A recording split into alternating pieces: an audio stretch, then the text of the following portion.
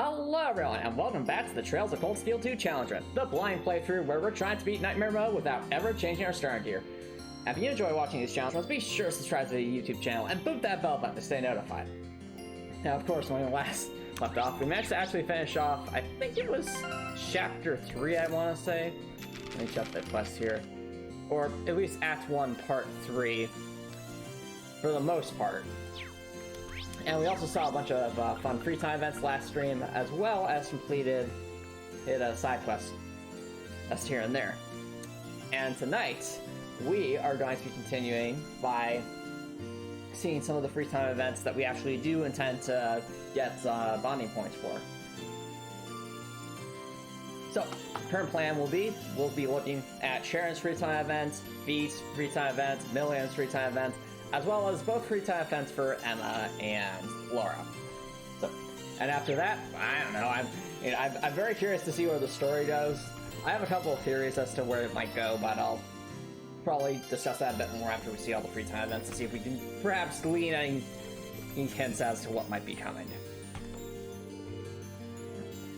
Doing some shopping, Sharon? That's right. Since you'll all be gathering for a discussion in the Phoenix Wing, I thought I might help out in the kitchen. I also thought I could prepare some food for your father, seeing as your mother has other business to attend to. That's awfully generous of you, thanks. With several other Ouroboros members having recently revealed themselves to us, I can't help but assume they're up to something. Understatement of the century, Sharon. Hello, Copper Nicholson. Thanks for dropping by. How's it going, dude? I'd like you to know, Rain, that no matter what happens, my alliance will always lie with you and your classmates.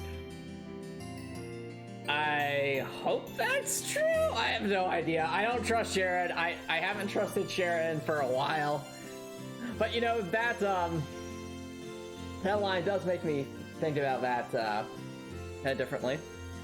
Also, yes, indeed, Copper Nicholson. Today, the day that I am streaming today, is in fact my birthday. So that's just a little fun fact. Please ensure that whatever you decide on this afternoon is something you can do without regret. Sharon, I swear we will. Glad to have your support.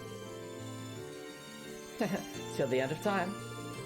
Straight to know she's our bad, but she's still picking for Dad. Maybe I can help her out with that. There's a part of me that wants to trust Sharon, but there's also a part of me that doesn't want to trust Sharon.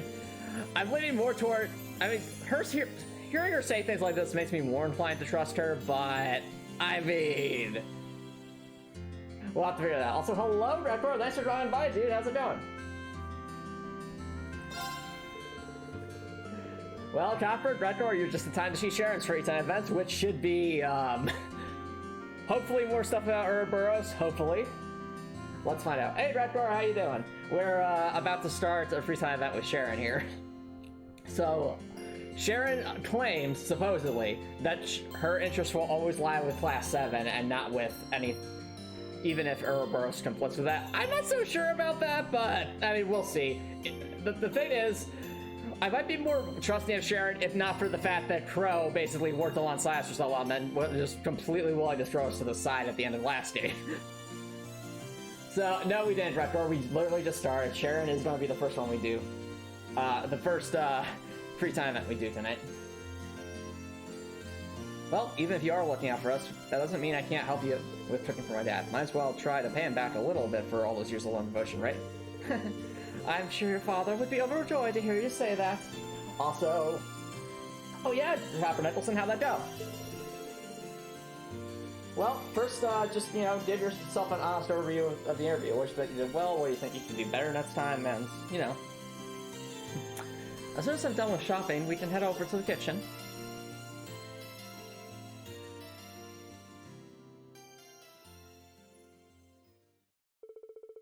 Together, Reen and Sharon walked to the mansion. After seeing that Reen's mother was out, they started taking a hearty meal for his father. Oh, you're making your Mir-style borscht. I have no idea what that is. Good idea. It's got plenty of vegetables, and it should be great for warming it up to boot. Is that like some kind of soup? I'm guessing.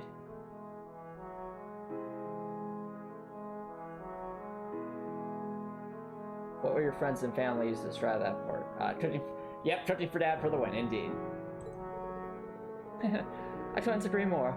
All the protein in the meat I'll be using should help accelerate his recovery as well. Master Rain, could I trouble you to chop the vegetables? If you would, I'll set about preparing the meat and seasoning the soup. Okay, it is a soup. Sure.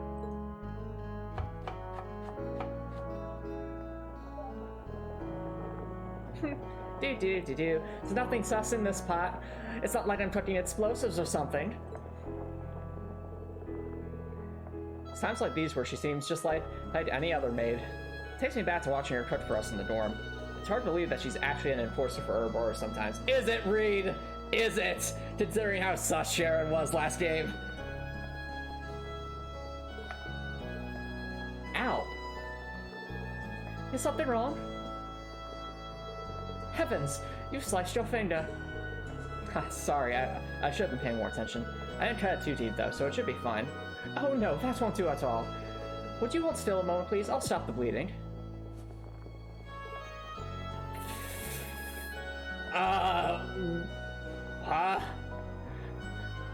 As you can see, Reed, I'm a vampire. I don't like where this is going, Sharon. I really don't like where this is going. Sharon, what are you...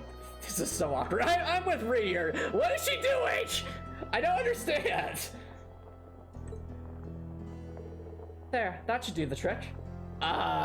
Reed's just like, hi, Sharon, you literally just infected me with your saliva. What have you done? Are you trying to get me killed? Reed, why ask such obvious questions? Yep, the only reminder this is an anime game, maybe. Sharon, I'm not sure it's a good idea to start sucking on people's fingers out of the blue like that. Any particular reason? And Reed's like, I do not consent to this, Sharon. I'll bring you a bandage, so please wait in the adjacent room. She's messing with me again, isn't she? Oh dear. Poor Rain. The suspect continues to be sus. There we are, all better.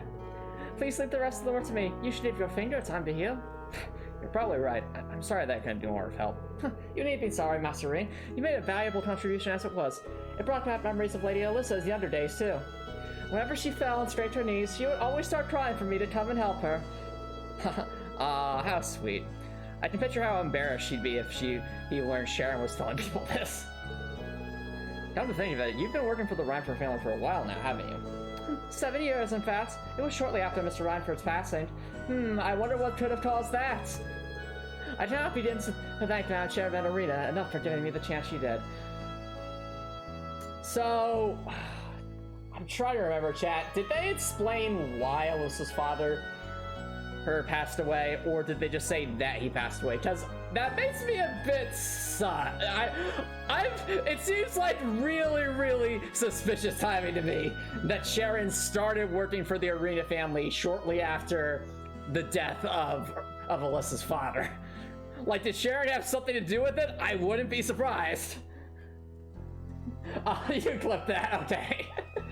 Fair enough. This is going to go up there with some of the other Millium moments from last day, and that's being very, very strange, isn't it?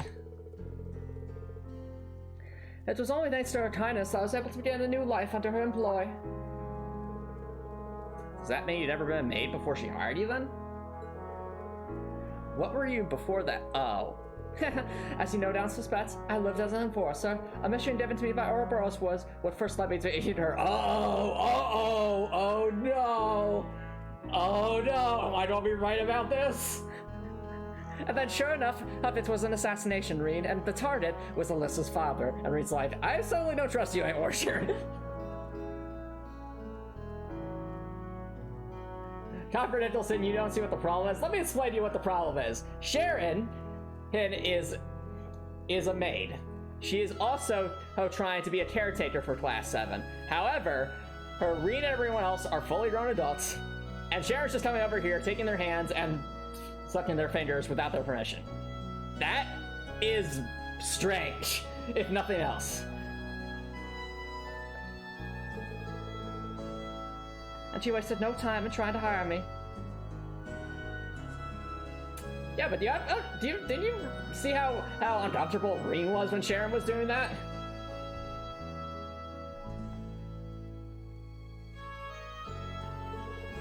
I served in both capacities concurrently after that. You don't find many executives who would knowingly hire an agent of Ouroboros. She never ceases to amaze, huh?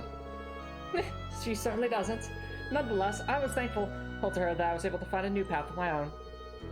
It's too late for me to turn back and change what's already been done, but she was willing to give me a different future. To change what she's done. What do you mean? She's not going to explain that, is it? It's too late to change what she's done. What? Oh, nothing. I was simply thinking out loud. Oh, really, Sharon? Really? You say with that smug smile on your face. Sorry. You want us to trust you, Sharon, and yet, this is how you act. Regardless of what happened in the past, my love for the Rhymecore family will never waver. Rhymecore, is it just me or is like every single girl in the game into Reen, including Sarah? I don't know if every single girl is into Reen. What I think they're doing, Rhymecore, is I think they want to give enough tidbits to at least justify someone's ship with Reen, considering that, you know, Reen can choose who he ends up shipping with. So I think what the devs do is they give little hints where, like, if you actually ship a character with Reen, you're like, oh, hey, look, see, I can point to that. That's the reason I ship this character with Reen. I mean, but the thing is, though, what's fascinating about this is this isn't like Persona, where you have a silent protagonist who doesn't really have too much of an opinion one way or the other with all the different girls in terms of who they could be shipped with. But with Reen, on the other hand, it's clear that he has his own opinions. Like, it is extremely clear. Like, Reen reacts very differently to advances from different characters, where it's like, I notice him being a lot more open with people like Toa, and a lot less open with people like Sharon or Millium and Sarah, and it made sense given his character. Cold Steel and Sora are like, no, never, I refuse. No. So I'm guessing maybe that's to imply that, oh, look, well, these two could be shipped together, but at the same time, it's like, really?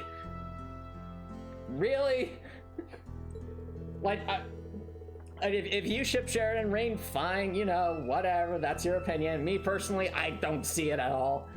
Quite frankly, Sharon, I keep calling Sharon the sus maid for a reason, Sharon. Nor will my devotion to Class 7, Master Reen. I shall continue to do all I can to serve you. Listen, Sharon, until you give us a convincing reason for why you're doing this, I don't buy it, okay? You're too sus. Thank you. I know we can always count on you. And everyone else knows that too. I hope we'll always stay fondly in your thoughts, Sharon.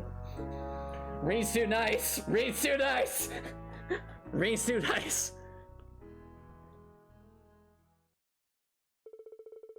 After the conversation was finished, Sharon returned to Baron Schwarzer's meal.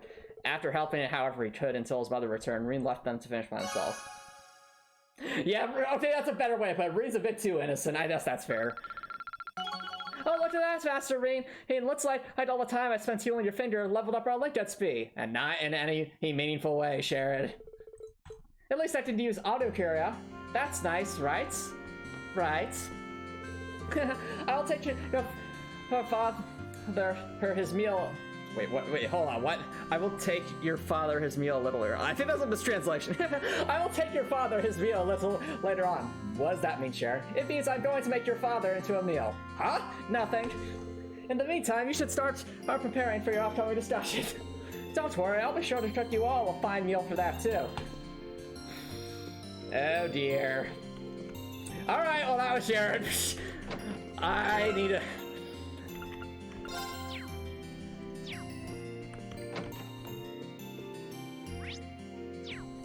Alright, chat, I guess, after seeing that, I definitely need to purge my mind of that entire scene where Sharon was, you know, doing that stuff with Reen. So, how about we go see Emma? Surely Emma will have a more wholesome free time event than Reen had. Surely, right, chat? Don't forget, Antomicx, that Emma had the one free time event. That's where Reen had to read all the erotic fanfiction. Oh yeah, that's right, Fee. Well, I mean, to be fair, the writing club isn't here, so we don't have that going against us. It's so wonderful to be back with Celine again. Now I can focus on how we should act from here on out. Not that that will be a particularly easy decision. Yeah, we're glad to have you weighing in on the matter, though. Oh, I just remembered. There's something I need to buy from the shop in the village. Oh? I can't tell you what it is, I'm afraid. It's a secret. Just like the fact that you are a witch Emma, even though you were clearly practicing magic all those times. Hey, listen, I understand I kept a secret like this, but this is a more wholesome secret, I promise. I have no idea what she's talking about, but she sure looks happy about it. I agree, I like Emma's outfit. It screams battle mage in like the coolest way possible. Okay, now I'm curious, like you piqued my interest, Emma. I know Celine's not allowed, but do you mind if I join you with your shopping? If it's okay, I mean. Oh, wait, I think I know what I mean. They're probably going to give Celine like either like a collar or a bow or something. That should be cool. And then, I know the shop here pretty well, so I might be able to help you find whatever it is you're looking for. Really? That would be lovely. But you've got to stay here, Celine. Reen and I can handle this on our own, so don't even try to follow us. Fine, whatever. All the secrecy's creeping me out anyway. If you keep doing the soundbite, you're going to end up as sus as Sharon. Celine, don't compare me to the sus maid. But you're keeping secrets on... Hush, Celine, hush! I promise it will be worth it. Rhea and Emma left a slightly salty Celine. I love that description. Left a slightly salty Celine behind and took off to the store to buy whatever it was Emma was. Here we go. The color looks just right too. That's wool, right? I didn't know you did that. I used to do it quite often back, actually. Oh, is she doing it? Celine like a little sweater. Aw, that's gonna be adorable, isn't it? I've been working on a scarf for Celine for a while now. It's a sort of reunion present. I approve. It's almost done too, but I ran out of wool, so I came here to buy some more. Oh, really? In that case, I'll finish in her living room. That way, she'll be able to work on it without her finding out about the surprise. That sounds like an excellent idea. Thank you, Reen. Imagine the man plays for Wilson inside of tin cans. Listen, Yamir is in a cold region. They need to keep it from getting too wet, I imagine.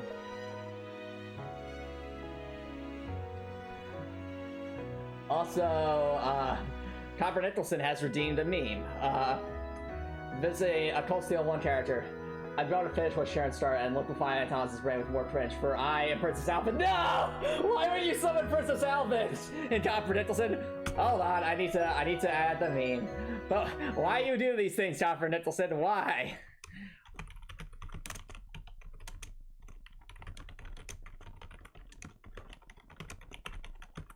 Alright, 1 second. There we go. Oh look, I've been invited back to this wonderful tea party. You weren't invited, Princess Alvin, but Copper Nicholson left the door open for me, and I can't wait to see all of my loyal royal subjects. You believe it's because you're watching your sperms out of Deering? No! Watching me sperms die in Deering, it is too, Antomicx. Hearing you say that, Alvin, it doesn't make it any better. After showing Emma to the mansion's living room, Reen decided to sit and accompany her as she worked. The both of them enjoying the soothing warmth of the fire.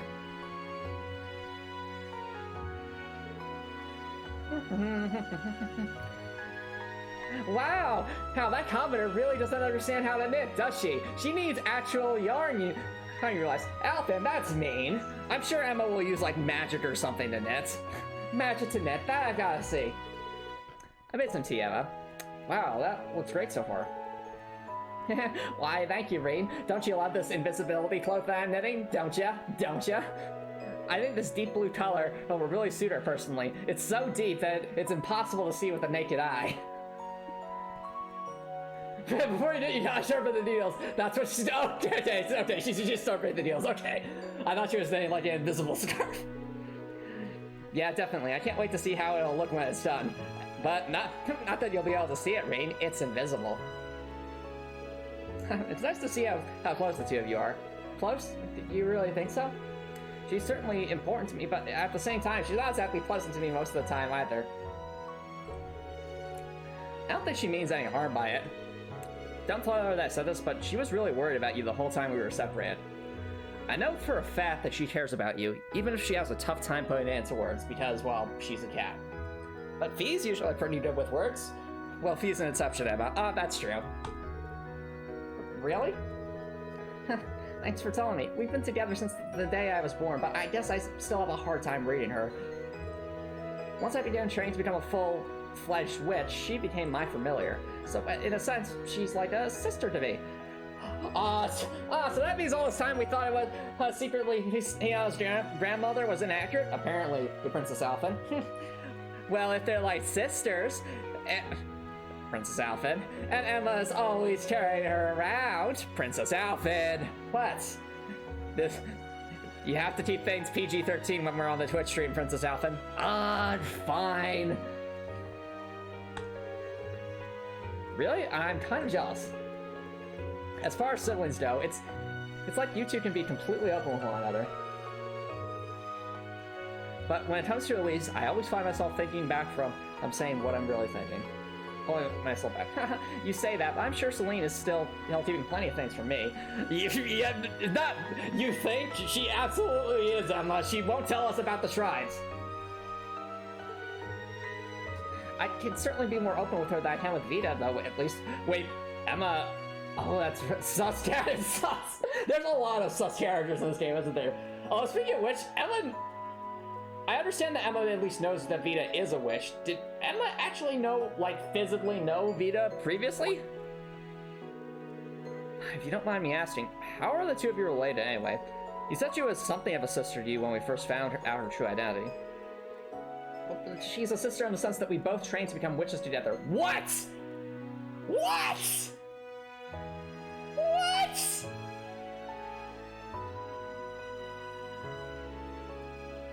Wait, you're telling me the glasses girl actually trained to be an archwitch? Hitch alongside the evil archwitch that had me kidnapped? Apparently, Princess Alphen.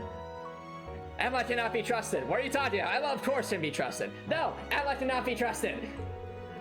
Alright, Princess Alphen, that's your opinion. I always admired and looked up to her, both for her skill in witchcraft and her beautiful voice. Even now, I feel like I'll never be able to catch up to her in terms of raw talent. Wow, okay. You know what I think this is, chat? In a sense, I understand that Trails of Cold Steel 1 and 2 were supposed to originally be the same game. But in a way, this almost feels like kind of... not retribution, but I guess like recompense for the lack of character development that Emma got in Trails of Cold Steel 1. Compared to the other characters, I mean. So Emma was still fine in Trails of Cold Steel 1, it's just that everyone else got so much more compared to her in terms of like raw character development. So it's like, okay, they just like, okay, Trails of Cold Steel 1, Emma got practiced very little meaningful character development. So in Trails of Cold Steel 2, let's have her not only confess that she her magic abilities to the rest of the class. Let's also have one of the main antagonists to Trails of Cold Steel 2 be like an identical foil for Emma. I think that's really cool, honestly. I think that's really cool. Let me know what you think of that, chat. I see. Maybe you can, maybe you can't. All you can do is keep trying, really.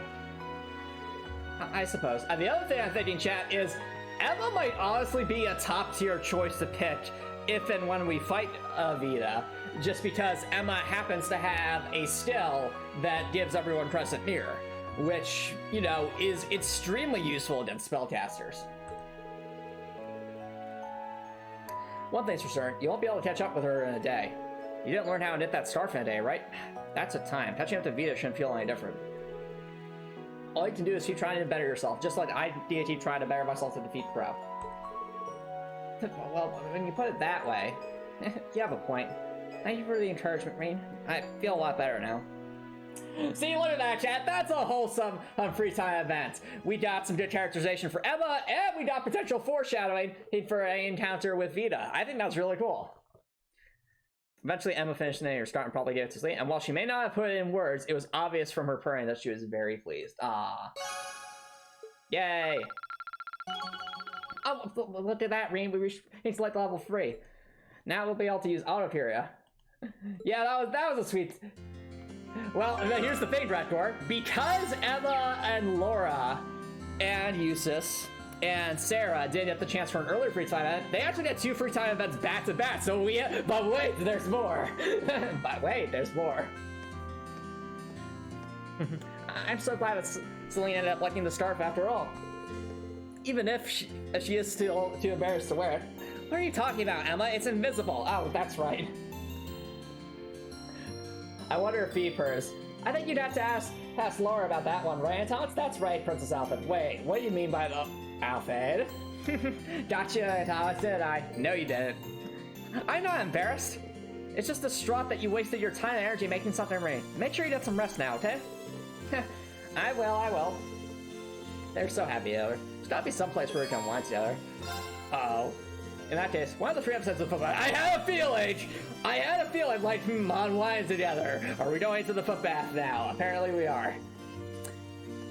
We've got more than enough time, and it's a great place for that. Oh, that does sound like a good idea. Inviting the cats to take a bath? Yeah, I'll pass. Thanks. And I imagine Fee's just like, I don't knock it till you try it, Celine. Hey.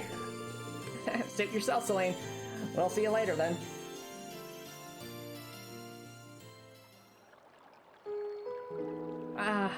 This feels wonderful. Celine was right. About what? She'd mentioned how the hot springs of Europe had the ability to promote mana recovery for those who use them. Perhaps it's due to there being a spirit vein nearby, but giving them protection of the spirits. And all the while the NPC is walking back and forth between the table and the back of the room. Really? That's interesting. It's a shame Valimar can't jump in here with us then. That's very true. Oh. Valimar lore? Uh-oh. What happens to your glasses, Emma? Emma, your glasses have all fogged up, you know. Oh, I see, okay. Oops, I forgot to take them off. And there's Emma without glasses. You didn't need to get that worked up about it. Although, come to think of it. What is it? You're staring an awful lot. Oh, sorry, it's just something that's been bugging me for a while. Your eyesight isn't really all that bad, is it? Oh, whoa, I didn't even realize that. You know, was that all like a ploy to just like a disguise or to hide? Wow, like, okay.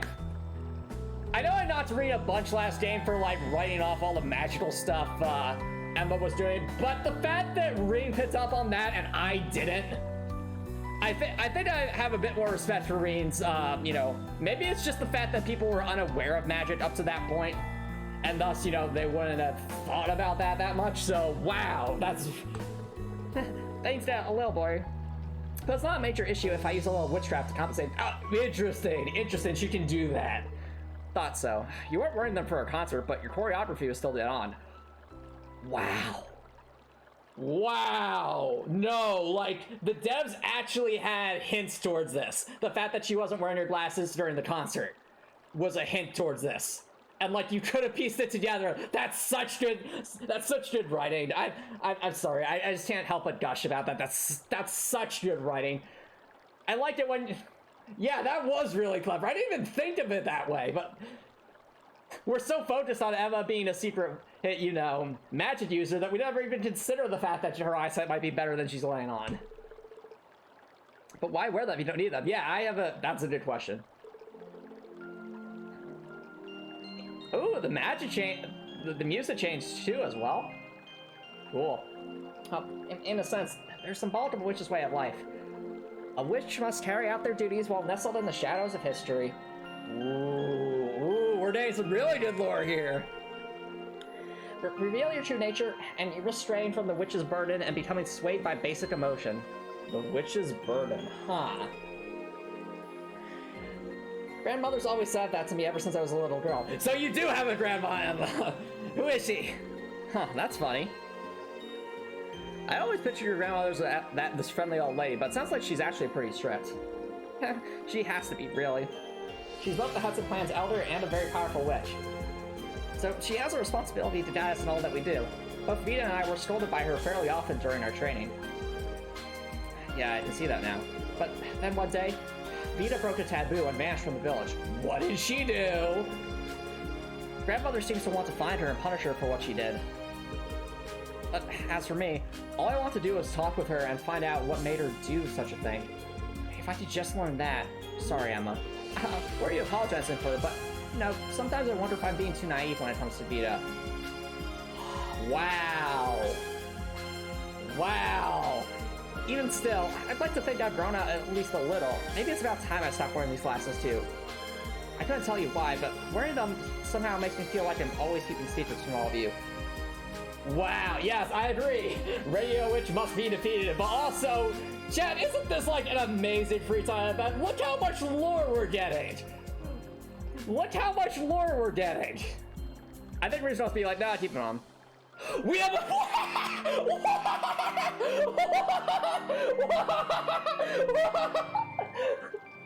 Wait, this is actually a choice? Will this actually affect things? We're getting an amazing backstory for Emma. Also, we have a choice here? You're not wearing them would suit you, don't have to stop. Wow! I hope this is a real choice and not just a fake choice that just circles back to the same thing. Should we make this one a vote? You know what? Yeah, I think we should make this one a vote. Alright, chat. I'm going to create... I think this is actually a decent place to take a break, chat. So what I'm going to do, I'm going to take our first ad break a little early, and I'll set up a poll for all of you watching on Twitch to decide whether Emma wears her glasses or not for the rest of the game. And then after that, we'll, of course, see what you all decide. So, if it's a tie, then I'll make the decision myself. So then, don't worry, guys. I will be right back.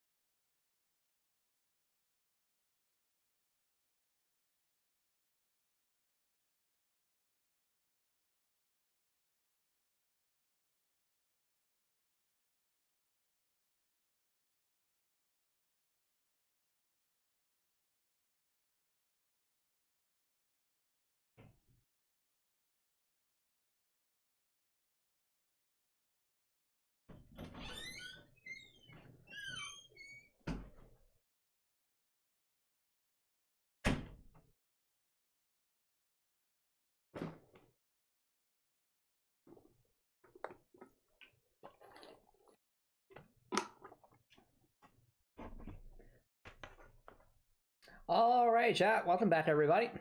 So, let's take a look. Okay, one vote yes and one vote no. Fair enough, chat. Fair enough.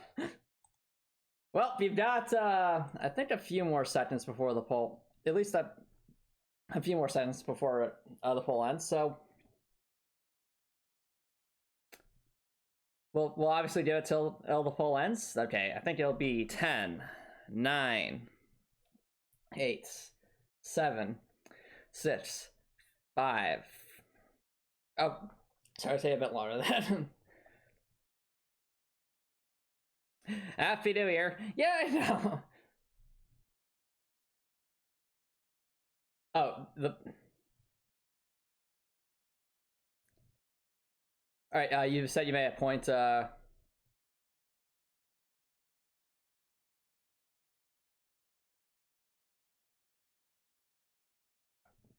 let's, let me pull up, trails. So a point you want to make, okay, so it was, I will mention it was a tie, 50-50% in the poll. However, Gregor is making a fair point here, that as much as we enjoy seeing Emma with her glasses on, this would represent a turning point in her character, her development, so you think you should let them go? I think that's a fair point, and I tend to agree, Gregor. Like, I tend to agree, because, again, this is Emma kind of letting go of her secrets and being more open with Class 7 when she took all the Sager's last name. So, I agree. Let's do it. Let's choose not wearing them. If that's what you want to do, I would say go ahead and do it. I think going without them would really suit you personally. Really? Still, whether you choose to wear them or not, and whether you're a witch or not, for that matter, you're still the same Emma we'll always love. Don't forget that. Thanks, Reen. That's such a sweet thing to say. Ah! Ah! After that, they both remained at the footbath and continued whiling away time with pleasant chatter. The real question. No! She still has her glasses on. What about the choice? What about the choice? The choice! Oh, that was so relaxing. And thank you for encouraging me. I'll be sure to take what you told them to heart, I promise. I wonder, chat. Well, hold on. It might not be disappointing just yet, Gregor. Maybe not just yet. She says you'll be sure to take what you told her to heart, I promise. So, what I wonder, chat, if maybe there's a scene in the future where Emma's going to, like, either reveal herself more or stand up for herself, and maybe in that scene is what that choice was for. That'd be my guess anyway. I hope.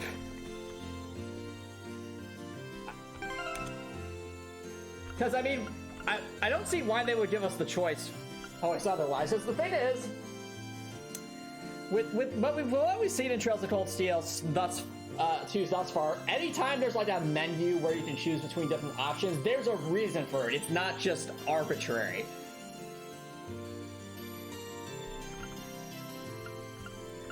So, I genuinely think that there will be a scene in the future where Emma will take off her glasses that she wouldn't have if we had not done that. Or at least I hope. Because if that does happen, then I think that elevates that free time event to easily the best free time event we've had so far. And if not, at least one of the best free time events so far.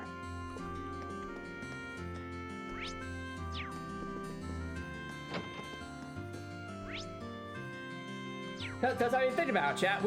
There's been some amazing free time events. That was easily one of the best free time events in terms of lore. We got so much interesting lore about Emma's backstory that we had no context for before. So that to me is really stinking cool. And plus, if that choice does end up, you know, making an impact on a scene later on, that's super cool. Like, that's missable content. Like, that's really cool. Just like how, like, combine that with, like, one free time event basically gave Gaius an ability early, and another free time event actually let you snowboard against Millium. like in a mini game like this. There's been some. They've really stepped their game up with the free time events in this game compared to the first one. Unless I just got very unlucky and missed some cooler free time events of Trails of Cold Steel 1, it definitely feels like a step up in a very, very good way. But of course, with Emma's free time events finished, I think the next person to talk to is going to be Laura. Even the air here feels calm, clean. It's not that hard to see why you and Kafai is so fond of this village. I hope that all get the chance to bring Father and Klaus here one day. We'd be happy to have them, and don't worry, I'm sure you'll have plenty of chances once the war's over. I hope so. I suppose that's another reason for us to hasten the conclusion. But I'm still at a loss as to how, though. What should we do, I wonder? She's definitely racking her brain, or was maybe a break would do her some good. Why don't we go somewhere and take a break? It's good to take a breather for such a difficult problem. That sounds reasonable. In that case, I'd like you to ask you a favor. Would you escort me to your room? Laura? Laura! It's like, Reed's like, why? Fee said it would be a good idea for me to see things in your room, and she said for me to say these words specifically. And Reed's like, Fee? Yep, Laura time. Manliest ever in class on hands down. I don't know if manliest is quite the right term, because again, gender stereotypes are super overrated, so instead of saying manliest, why don't we say like most honorable, or most warrior spirit driven, or most knightly, or something like that. More, like, most valiant, or something like that. Reed's like, what? Reed's like, I learned that line. I'm from Fee, apparently.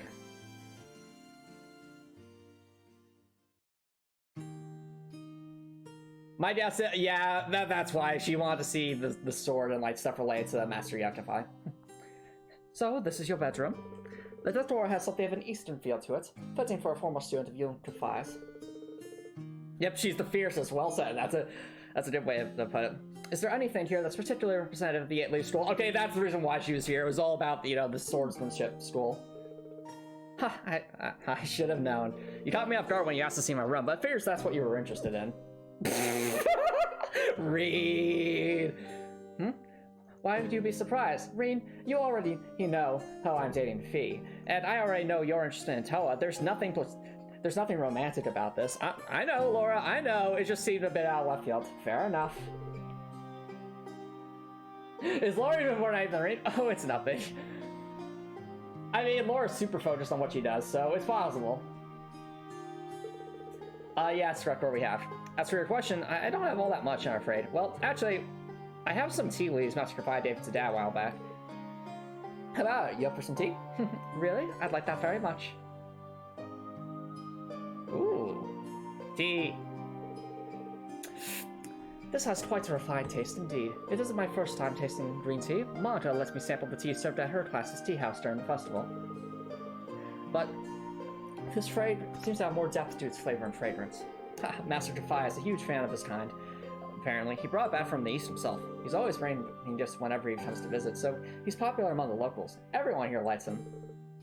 Oh yeah, ooh, like dumplings. Indeed, indeed. Really now. I've yet to have the opportunity to meet him in person, but I can easily see why he and Father gets along so well. Would you happen to know where he is now? Nope, afraid not. What I received from him during our vacation here didn't specify. He's always been something of a vagrant. He wanders the continent throughout the year, stopping off wherever he pleases. So while I couldn't tell you where he is, I'm sure he's just fine. I imagine so. If rumor is believed, he's as proficient at blade as Father, if not more so. Are you worried about your dad? Yeah, probably. I am. I try to avoid admitting it publicly, but it's a fact. His skill is as immense as ever, but given the various new weapons that have come into play during this war, along with other powerful warriors such as Sharon Aurelia and that knight from Ouroboros. Come on, Laura. Jubilee wasn't that tough. That's not exactly what I meant. Headscreen. Fair enough. Yeah, I can't blame you for being a little concerned about the circumstances. Still, all we can do in the meantime is keep going and do what we're able to do. So long as we keep that up, I'm sure we'll be reunited with them in due time. Maybe. No, you're right. In a sense, this is but another trial we must overcome to reach greater heights. Yeah, I know we can overcome it so long as we're together. Aw, that was sweet. That was sweet. But it wasn't as sweet as the tea, Antomicx. I'm not sure, Princess Alphen. Oh, look at that ring. We reached like level 3. Now I can use anger. Anger? What does that mean? I'm guessing maybe increased strength or something. Oh, we're down to part 2, don't you worry. But wait, there's more. That tea was delicious. Thank you for allowing me to join you. Incidentally, Topal mentioned that you used the train somewhere deeper in the downs. Is that true? Yeah, in the Asgard range. Wait, don't tell me you're planning on going up there on your own. Well, after that break, I feel like doing some more active. A walk in the crisp would be ideal. Alright, before we do that, considering how many, like, unique free time events there are doing, I'm just gonna say right there, and on the off chance that there might be an actual battle. Let's go see. Really interested in show you the way there. Would you? I'd be very grateful. Then we should set out at once.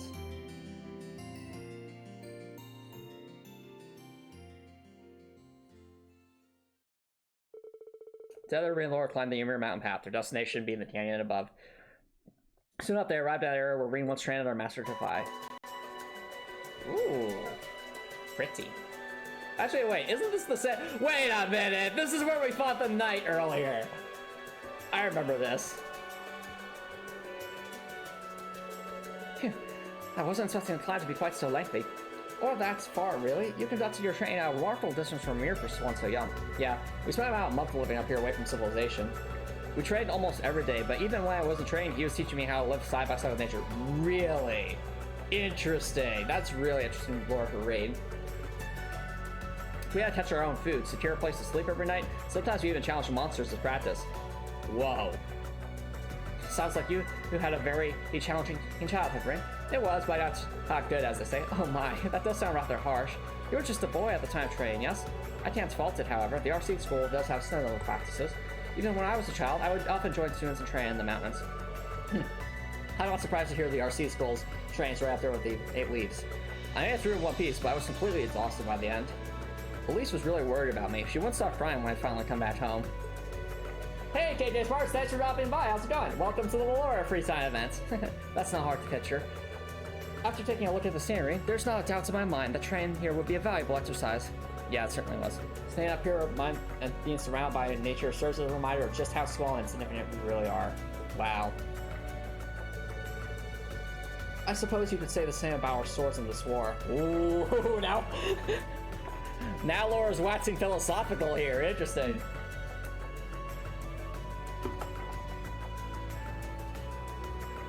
Indeed, Record. Well, I'm sorry to hear you're feeling under the weather, KK Sparks. I hope you feel better soon. Sorry, Laura, I'm not following. No matter how much its wielder trains, realistically, a mere swordsman stands no chance against the force of tanks or soldats. At least, he's not without a chrono burst, because that orbment's busted. That being the case, what significance do swords even have in this war? I've been pondering this a lot lately, and I still haven't reached an answer. Wow. That's a good question. And yet, when I look around at the vast mountains surrounding us, I feel like I've been liberated from those worries. It wasn't just because she was a skilled warrior that the Lance Maiden was able to end the war of her time. Wait, we're getting Lance Maiden lore? Surprise, Lance Maiden lore! That played a role, certainly, but she must have possessed numerous other qualities that contributed. Yeah, that's true. In the same way, I'm sure there's a role that swords can play in ending this war too, even if they can't do it alone. My thoughts exactly. For it's not any weapon in Reed that starts or ends the war, it's the people who wield it. We simply have to find it, and as a class, I know we will. Oh, also, that's true. Congrats on earning your associate's degree, JJ Smarts.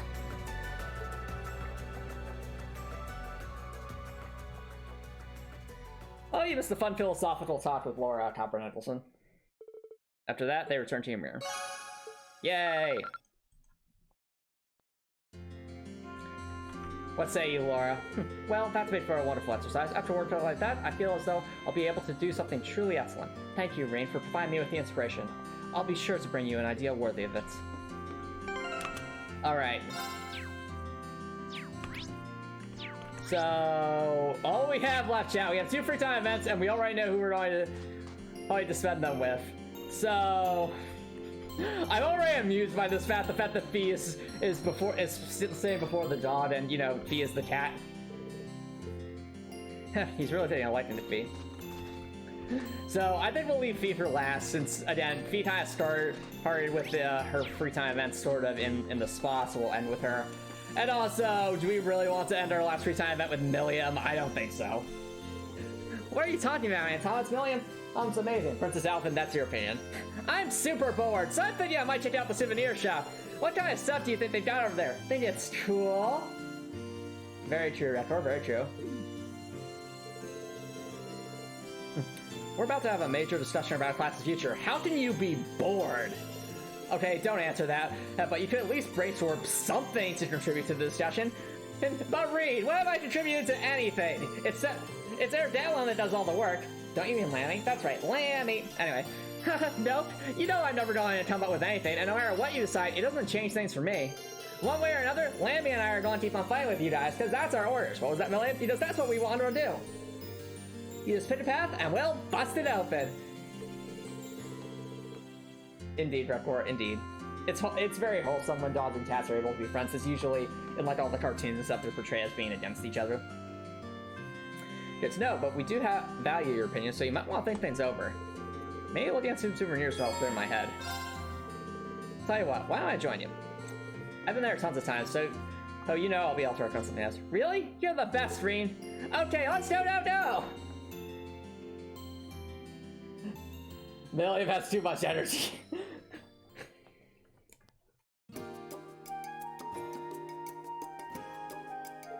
Ooh, this is a new theme. I like this theme. This is sweet. I like the flute. Wait, is that flute? I think it is. Very relaxing, though. Ooh. You know, chat, honestly, with how wholesome this theme sounds, if and when we see Toa, what if this is the theme that plays? I think that would be amazing. But anyway, that's an aside. I mean, it just feels like it would suit Toa, doesn't it? So wholesome and warm, and positive and optimistic. Oh yes, also the book titles in this game are amazing. I mean, we have Woo Baby, we have, what's that say? Hey, Animal Index, I think. There's what's going on at first. There's lots of very silly things. Man, there really is a bunch of unusual stuff in here. I mean, look at the titles of these books. Pretty good selection for a place smack dab in the boonies. That's partly thanks to Master Defy. He always brings things here when he comes to visit.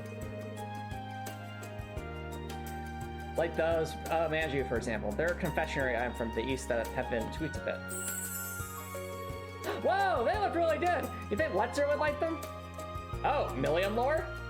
Millium lore? Oh, so he's the one you're buying a souvenir for? You got it! Hey, flashback to Lecter, who seems to be being set up as a potential antagonist in this game, apparently.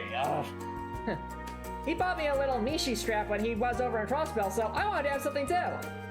I kind of want it to be something he can always keep with him over something that's going to go bad like food, though. That's a good point. I thought he was missing, though. No one's heard from him since he was in Crossbell, right? Yeah, well, I'm sure he's fine. I mean, he's Lecter. It'd take more than a war to finish him off, but Millium, there's a giant energy shield around Crossbell for some reason. Then I'll just have to smash it open with Lammy. But Millium, the last time we weren't able to smash that orb last game. What makes you think we can smash a giant shield covering an entire city? The power of friendship! Don't you dare say that, Millium. Claire and I survived, so I can't imagine he would. He's just gonna show up one day like, hi, and that'll be it. I don't know, Millium, I don't know. Well, at least you trust him, I guess. Oh, Dan, that makes sense. I mean, you Ironbloods probably think of each other like siblings, right? Or, I don't know, do you? Though, if that's the case, that makes sense for your dad, maybe? Don't know, never really thought about it. Especially with Gramps. I've got siblings, sure, but hard to say if someone feels like a parent when you never had one. What? Okay, that's news. That's new information. What?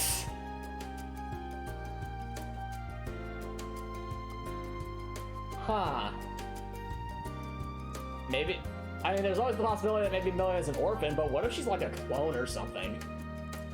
I wouldn't be surprised because they're called Iron Bloods, right? What if that means because the blood's literally made in a machine, like cloning technology? Would explain, hey, how Millium and Altina could be parents that never know each other. Could be siblings that never know each other. You know, honestly, Brecor, I'm starting to think that theory might hold some weight here. Because the fact that Altina and Millium are sisters and both control, like, Eric Gatlem, like, mechs, yet we're completely unaware of each other up to this point. Well, actually, no, the fact that Claire was unaware they were sisters, but Millium seemed to be aware of it, that does make this all very suspicious. But it's interesting, though. It's finally getting a little bit of a more glimpse of the Millium's backstory, I imagine. What? So yeah, Bree's like, what? He's like, Nutty? What does she mean she's never had any parents? I wonder what's going to happen to us Ironbloods now, though. Claire's got on the RMP that she can do even without Gramps around. How many established that I know that Cold Steel is basically steampunk Star Wars? Yes, we did, Brecor, but this is taking that lore to a completely different level. We joked about how Thor's Military Academy being filled with clones because there were so many reused character models for a lot of the students, but I didn't actually think that cloning would be a part of this. It seems I was mistaken. We should have suspected cloning from the start. But without him there to give me orders and all my old missions finished, I don't know what I'm supposed to do, really. I'm not needed as a piece on his game board anymore. Wow. Don't think like that, Millium. Or let me say this. Even if you're not needed on some game board, you are needed by us. I think the fact that Millium sees herself as like a piece on a game board says a lot about how she sees herself as a person. It's actually kind of, it's very interesting. Kind of depressing, honestly. And not as a piece. You're needed as a very important classmate and friend. Really? I can't tell you what you should do with your life from here on, but what I can tell you is that we're here for you. And even if you don't know what to do with yourself now, I'm sure you'll figure things out eventually, with or without us. Huh. And it was at this moment that Millium, for the first time ever, was made speechless by something Reen said, and Millium actually starts to contemplate her life decisions. Did this mark the turning point when Millium would finally start to be a bit more mature? Did this mark the turning point when Millium would finally start to tone down her hyperactive energy? Would this mark the turning point when Millium would finally take the reins and become a model student in class 7? Let's find out. Maybe you're right. I do kind of feel like sitting with you guys has to help me figure something out. And speaking of figuring stuff out, I'm buying a Manju. My stomach's struggling just looking at it. Of course not. Of course not. Millium thought deep thoughts for a moment. It's like, nah, let's just push those to the side again. Not gonna think about all those unhappy thoughts. Because I'm hungry. Aren't you supposed to be buying a souvenir for lecture? Well, whatever. She seems happier now. I guess that's what matters most. Millium. Millium. Reading about Millium, a Ymir Manju, which she scarfed down in a typical Millium fashion as they left the shop. You're telling me there's a quote-unquote typical Millium fashion? It seems to be the case. Hey, Princess Alphen.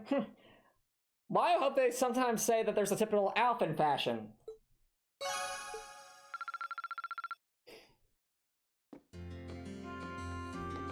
Millium seems like a trauma survivor. You know, you might be onto something there, Copper Nickel said. Millium seems so happy-go-lucky about things. At first, I thought it was just because of her age, because she is the youngest member of Class 7.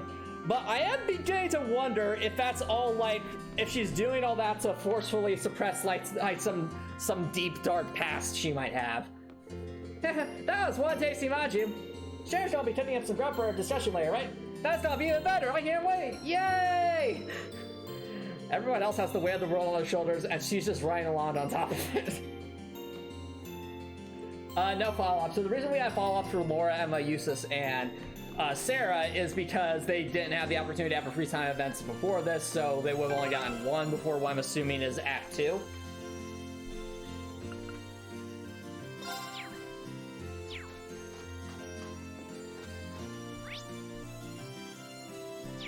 Oh, interesting, Copper Nicholson. I guess I never really thought of it that way.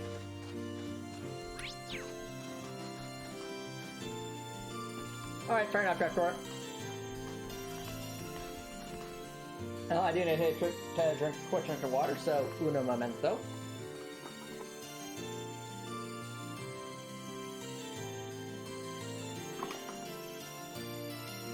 I would say for this free time that this looks like it's gonna be very silly, and I'm all for it. Fee, dodge. Fee, who is a cat? There's a dodge. Fee is looking at the doggo. What could possibly happen? I'm so intrigued. Well, Fee, we saved our best friend for last. Let's see what you're up to. That's dog's name, Badu. You right? He's cute. He's so warm and fluffy, like a giant blanket. Yeah, Dad raised him to be a hunting dog, believe it or not. He's a sweetie, though. Well, that's like a smart one, too. Hayden's pretty relaxing, too. Work! Oh, no. I better stop paying him that before we start making Millium. I'm barking up the wrong tree. I'll stay with him for a bit while I think about what we should do. I'm real nervous about our plans for the future. Come to think about it, it's just about feeding time. Spend time with Fee, of course! Wanna help me beat him? Sure, I like that. Be right back. I don't know this food. This is gonna be a wholesome free time, that isn't it? No comment, Copper Nicholson. How's that taste, Beto? Does it taste good? I know I'm not a fan of dog food, but I'm sure you must be. What? Oh, look, he's wagging his tail. He's very happy. Sorry for not being able to spare much time for you and Arthur, Badu. He says it's okay. Smart Dottie. This is gonna be a wholesome free time event, Dreftor. Can you understand what dogs are saying or something? No, I'm just guessing based on how he acts and barks. After all, I'm a cat. I don't speak dog. Bad and of course, I used to look after the military monsters a lot. Wait, what? You're saying Fee's some kind of beastmaster? Okay. Really? That's like an awfully dangerous job for you to be doing. Well, I did get bitten sometimes at first, but after one of the other caretakers showed me what to do, they stopped. The way you talk about your time there, it's hard to believe the Yater tours you were in was one of the strongest. Is Zephyr unusual by Yater standards? I guess. The boss was pretty easy going, but it was always hard to tell what he was thinking. You remember what I told you about Mater Park, right? How they taught me survival skills and all that? Now, Xena and Leo taught me how to set traps in the art of close quarters combat. Really? So, we literally have those two to thank for Fee being as awesome in combat as she is. But also, those two are trying to destroy everyone in Class 7, so you know it's a mixed bag. Well, I can't imagine what it must have been like living that kind of life day to day, but it's easier to see how you came to think of them as family. Yeah, we were family. Until they all left me behind after the boss died. I just want to know why. Why they all had to leave me behind? Aw, Fee! I feel so bad for me now. Aw! That's awful. And now that I have a chance to, I don't want to let it pass me by.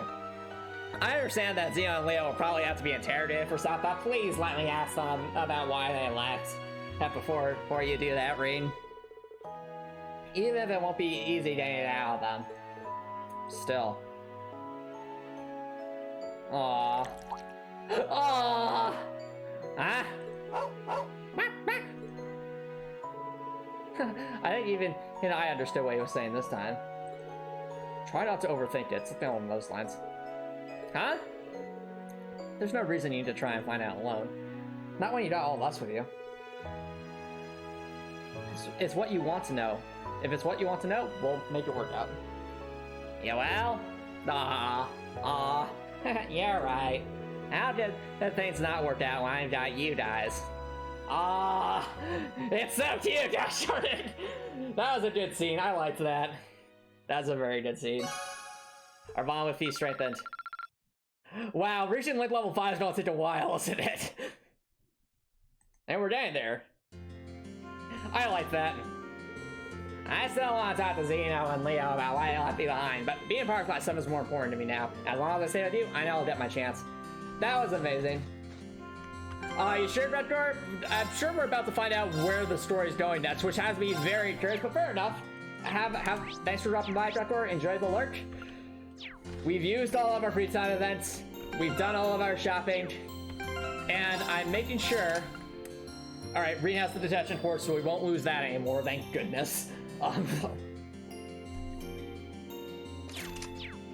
Chat, the time has come to see where we're going with the story next.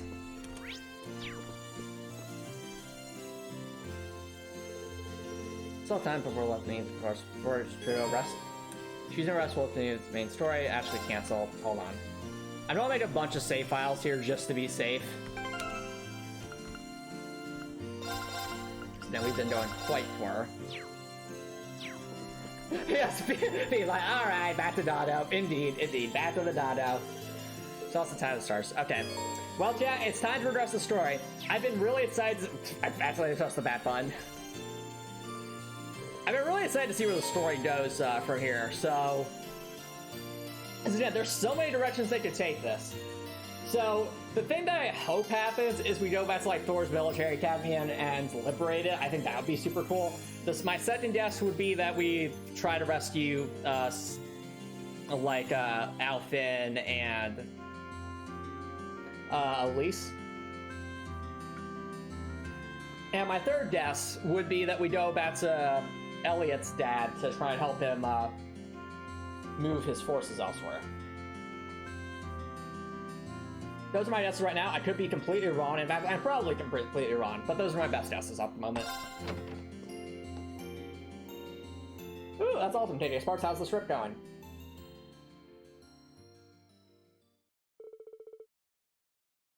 Eventually, the clock struck 12. One by one, Class 7 began to make their way to the Phoenix Wings cafeteria.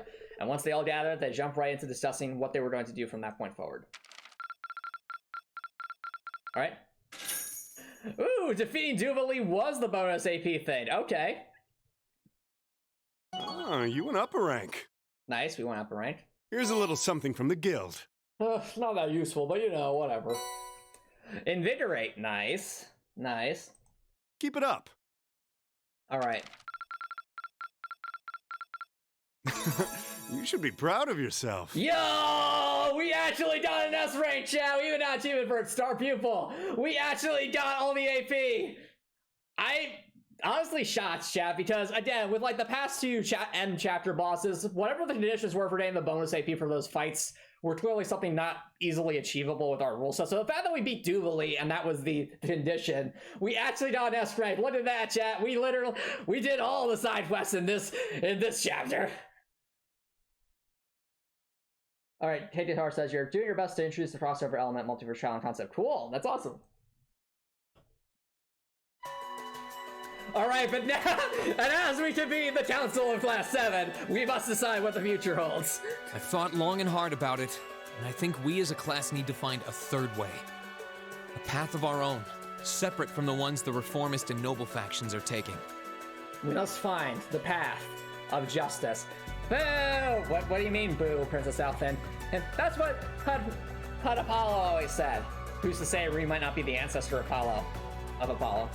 You got a point. A third way, you say? I do agree. It wouldn't feel quite right for us to directly support either side. Indeed. True. We might be military academy students, but we're still students. Involving ourselves in a civil war isn't something we should take lightly. We might have a divine knight on our side, but we're still going to need to be very careful how we proceed. Interesting. Whatever we do, Valimar will certainly be at the center. No doubt. We've all seen how powerful the Divine Knights are. And considering how busted it is when I'm syncing with Reen and able to heal them over and over again, they must also be pretty busted. If we use them right, we can intervene in the war as much as we want. They're quite literally beings of legend. However, his potential influence on the war is all the more reason why he will need to be used cautiously. As a wise, because the husband of a wise witch once said, with great power comes great responsibility. What are we gonna do then? Can we just smash everyone to end this war? Even if we agree on not siding with either of the factions, I'm pretty sure each of us have different stuff we want to do. True. And different things that we have to do, too. Yeah, that's true. For my part, I need to rescue Elise and Princess Alphen from the Noble Alliance's clutches. Whether it's alone or with you guys, it's something I'll do. There's no way you'll be alone for that. We're with you all the way. I'm concerned about Dad, too, what with them having him under arrest. Oh, that's right, I forgot. We're probably going to have to rescue Machias' dad at some point, because he is the governor of Heimdall after all, so he could probably have a big influence on the war. I still can't get in contact with Fiona either. Yeah. I'm glad I was able to see Dad, but I'm worried about her. Alright, is the implication here that maybe we're going to Heimdall then? For me, I'm worried about Ruhr as a whole. It's a huge relief to see you're all right, Sharon, but Mother's still unaccounted for. I'm sorry I can't do more to comfort you, my lady. And I have no idea where Father's been for the past month. I'm certain he must be well, but all the same. We're all worried about our families, I see. Hopefully, we can find some information on all of them before the fighting gets any more fierce. I'm certainly not worried about the safety of mine. Wow! I mean, to be fair, Eustace, fair, but still, wow. Although, suffice it to say, if we choose to intervene in the war, conflict with them is all but inevitable. And I can't wait to wipe that smug grin off my dysfunctional father's face. That goes for Zeno and Leo, too. Yeah. They've been hired by the Noble Alliance, so I'd say it's likely we'll run into them in the future. Plus, Emma and I still need to talk to Vita to see what exactly she's trying to do. To figure out what's so important to her that she was willing to break a taboo to do it. That's true. Whatever you decide to do, you'll have my full support. Just as the warriors of Nord did 250 years ago, I'm determined to fight to protect my second homeland and those who live within it. Dias is the best. Dias is the best. Same! We can do this! I can back him up, right, Claire? How could I say no? I have my own duties to take care of as part of the Railway Military Police, but I fully intend to support all of you with everything I have. I'm thinking it's about time I return to helping the guild, actually. But I'll still be in touch with Sarah, so I'm sure I can lend a hand or two anytime you need it. Naturally, I'm your instructor, so you're stuck with me to the very end. Whatever you choose to do, you'll have my support. Whatever you choose to do, you can't get rid of me no matter how much you want to, Antomicx. How did you know I was with you, Sarah? I have my ways. You're going to need to decide on a more specific course of action, though. Seriously, just being so wishy-washy about all your individual self-interest, you're missing the bigger picture here, people. Resolving to find a third way is a start, but only a start. It also leaves plenty of questions that need to be answered on top of it all. Namely, if you don't have a third way, where's your foot soldiers? We're just a special operations unit. If we don't have nearly enough people to have a major influence on this war. Well, then how about this? Oh, okay, here we go, chat. I think we're finally going to see what the path forward is. What's Ring going to propose? Let's figure out right now whether or not we want to keep using Ymir as our base of operations. Oh, am I going to be right about the Thor's Military Academy thing? Just so we're clear on this, there's a limit to how many people can use the Spirit Path at any one time. And with as many people as we have now, I'm not sure how useful it's going to be at this point. And we're limited on how frequently we can use it. Oh, right. But we're also just as limited on where we can go otherwise. We haven't exactly been the most subtle group around. Who's to say we could even operate elsewhere? An astute point. The Noble Alliance will no doubt be even more wary of us than before. In the end, no matter what we decide, we lose. Indeed. Yet we're short on time, so a decision must be made now. I think it'd be so cool if Ring's like, let's use Thor's Military Academy as our base of operations. I mean, we literally had the old schoolhouse that had to sort of like a bunker with how like deep it goes and the fact that Valimar stayed there for so long, and also just Thor's Military Academy has plenty of resources to support a much larger force. There's gotta be something that only we can do. Yeah. I don't know what it is, but I know it exists. And I'm sure that we'll find it. The best thing we can do now is keep talking things out until we find a way. There's no point in rushing into a decision. Well, doesn't this look fun? Uh-oh. Vita, no! Mind if I join in? No. What in the world? It couldn't be. Vita? Vita, this is our secret meeting. You can't be in here. You're on the other side. But I must intervene. There's the burb. It's lovely to see you again, Emma. You were finally able to reunite with all of your classmates. I'm happy for you. Really, I am. The goddess was on your side after all, Cut the crap, Vita. Have you been listening in all this time? Where are you? I'm not far at all. Listen closely now.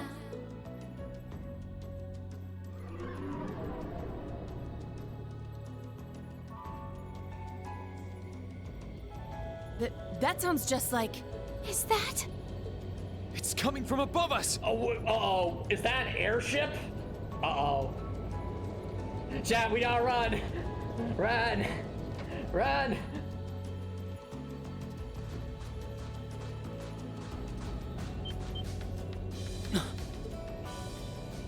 Uh-oh.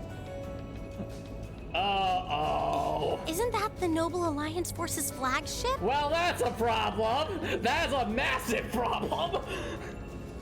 What's the Pantagruel doing here? Damn it! I didn't think she'd tell the rest of their army where we were. But why now? Why? Because our preparations are finally complete.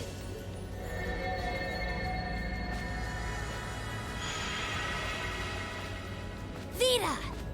Vita! You're here. Oh, there's Vita. Yes, I am here, in the flesh. Good day to you all, Class 7. As nice as it would be to finally give you a hug, Emma. Oh yeah, that is a very big airship, KK Sports indeed. I wouldn't want to keep our guest of honor waiting any longer. So, without further ado... Guest of honor? Oh no! Oh no! Can't be. Crow's here! See, he's here, chat! The Azure Knight. Crow. Well, this is scary! Ordine, the Azure Knight, piloted by Crow.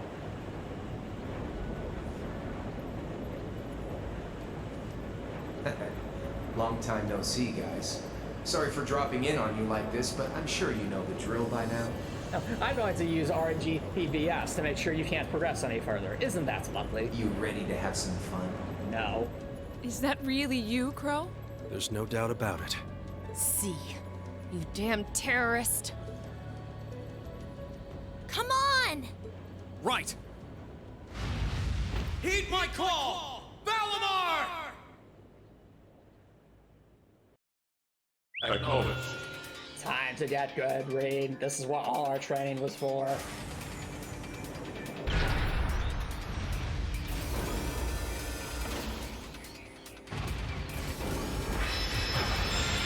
Alright, chat, looks like we're fighting Crow.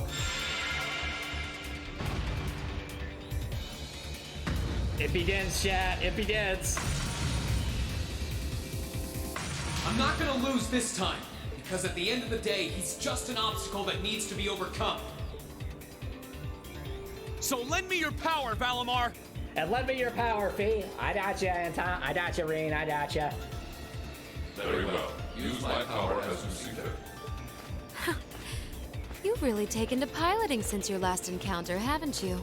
I was hoping you would, and you didn't let me down. You boys have so much potential. But potential is only that. Potential. And you, Reen, might want to reevaluate just how many obstacles need overcoming. Oh, right, because if we're fighting Crow, the airship could still hit us. That could be very challenging. Right? Oh no! Uh-oh! Uh-oh! Well, looks like everyone is here. The entire league of villains. We're dead. We're super dead. We are extremely dead. Aren't those the Alliance's allies? Long time no see, kiddos. You doing all right, Fee? We were until you showed up. Let us at least have a decently fair fight here. I see the purple lightning has joined your ranks. Xeno. Leo. Traitors. Zephyr. And a few members of Ouroboros, too. Guess I'll... And look, Sammy's here too. I do. Are you ready to smash Hash Lammy and Sammy? Alcine's like, hey, please stop saying it's like that, Millium. Never! Kindly stop referring to Clown Soleus with that bizarre nickname. Altina's still Altina. Ha ha! Ah, it's such a pleasure to visit this wintry wonderland once again. And now Jubilee will get a rematch. You won't lose this time, right, Jubilee? Hey, stop bringing that up! Oh, it's a pleasure, all right. The time for my long-awaited revenge has finally come. Now you shall pay! I'm not going to accept being defeated by a bunch of students. That was a one-off. It's only been 2 days since you first fought them, you know. Yes, I know, Take Sparks. That's my reaction too. We should run. There's no way we can handle this. We are not prepared for this. Like, there's no way. This could pose a problem. Why send so many powerful allies here? And all at once? You've proven to be rather formidable adversaries after all. It wouldn't do to underestimate you. Who's that? Is that Eustace's brother? Yep, it is. It's Lord Rufus. Rufus. I'm pleased to see you all again, ladies and gentlemen of Class 7. As for you, dear brother, I was told that you'd run away from home. It does my heart good to see you safe and sound. So, you've finally gathered up the will to make the difficult choices life set at your feet, I presume. Even if those choices place you in my line of fire? Yes, I have. I can't believe he's shown up too. The Noble Alliance is pulling out all the stops to finally get rid of us, aren't they? Yeah, this is scary. What do we do? What do we do? Rean, we'll take care of everything here. You and Valimar have your own battle to fight. Are you sure? Reed's like, guys, I don't think we have enough. I think our power levels are too low to handle this. And oh gosh, Reed, listen, we all know that thanks to the power of plot armor and anime protagonist vibes, it only matters what you do. Just kick Crow's butt for us, okay? We're in for a real brawl out here, but a guy couldn't ask for better opponents. Leave the battle on the ground to us. Please make sure to distract that airship. If it fires its massive cannons at us, we're all dead anyway. We've no intention of backing down without a fight. Wait, Sharon! I know they're all strong, but still. Like, this feels like a huge mistake. Well, what do you say we get started? Here he comes! Uh-oh.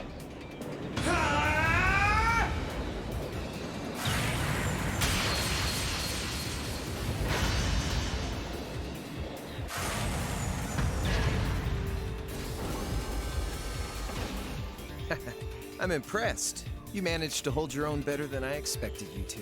It's only been a month or so, but you've really grown as an Awakener, Rean. Well, it's hard to go through the kinds of things I have without growing from the experience. And now that I've done all that, I'm going to be the one who takes you down.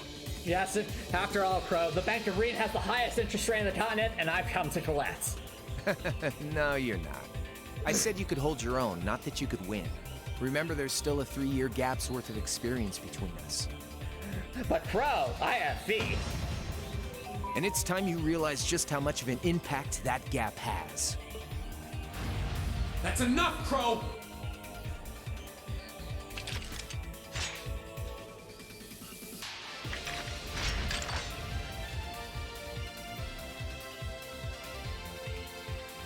Do they really stand a chance? Actually, if Class 7 helps them, they might stand a chance. Well, they're putting up a good fight so far, but... Yeah, it's not looking good. They're outnumbered, for one thing. Then it's time we lent them our aid. Right, Agreed. Laura. Well said. Weapons at the ready, guys. There we go. That's the Class 7 we know and love. Always in a rush, aren't you? Stay right where you are. I'll serve as your opponent today. Uh-oh. You will? Trying to stop us from joining in? I'd rather our intrusion cause as little inconvenience as possible to the people of this village. Scary.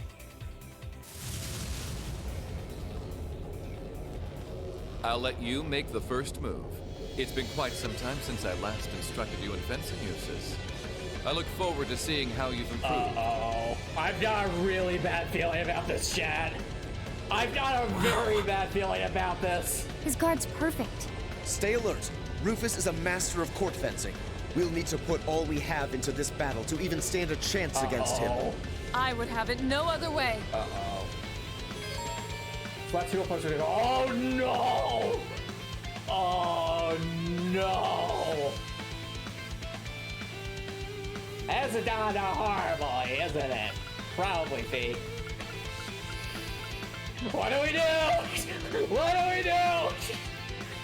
I mean, to be fair, Eustace is a good character to use here because he did buff everyone, but everyone else. Laura. Who else?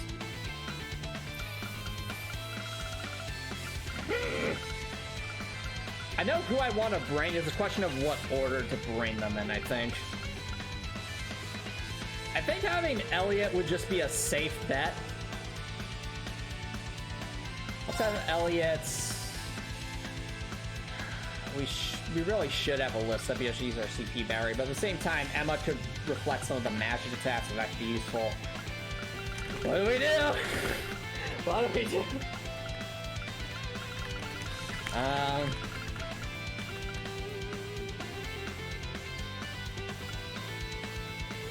Fee. I like Fee, but Fee's are more of an evasion type. But the thing is, Lord can kind of fill that role too. We'll have Fee as a support, alright? Fee will be a support. The question is Emma or Alyssa on the main. Okay, let's say this through. Emma would be great as like an attacker, spellcaster. Alyssa is more so our support thing. She's not going to be doing any attacking herself. Alyssa would make sure we don't run out of CP. Emma can't. Wait, I just remember. Alyssa has Heavenly Gift, which means she can give everyone the insight stat, which increases their evasion. Let's go with Alyssa.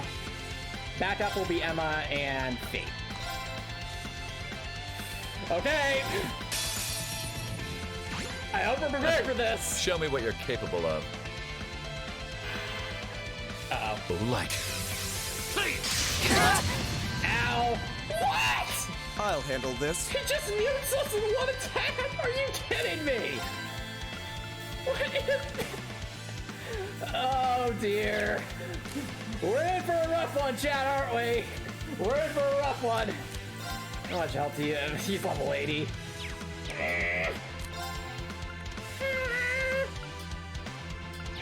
Do you have any weaknesses we can exploit? Not really. Okay.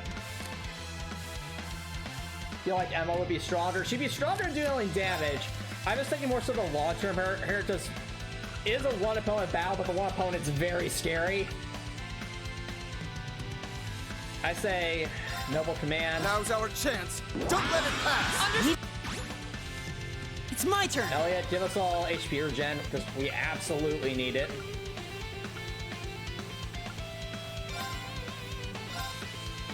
Should probably also spread out a bit because I noticed that you seem to have a bit of an arc to his attacks.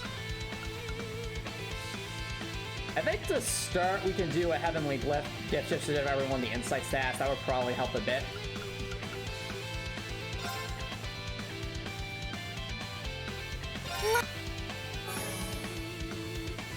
My turn. All right.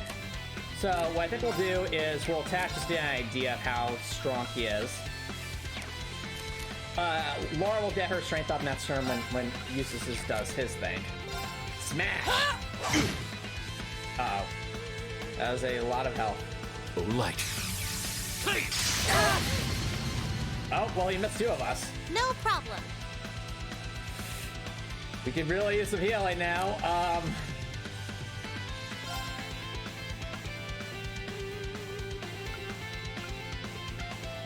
Arrow might be good, and then Elliot can heal Alyssa. Actually, no, we'll have HP regen. I suppose I should thank you. I'll handle this. Alright, Eustace. Noble Command again. Laura's going to be going for that double strength boost thing. The thing is, though, we can't let Eustace get the HP regen, so that is kind of a problem. So anyway, Noble Command will buff our defenses. Okay. Alright. I can't use arts.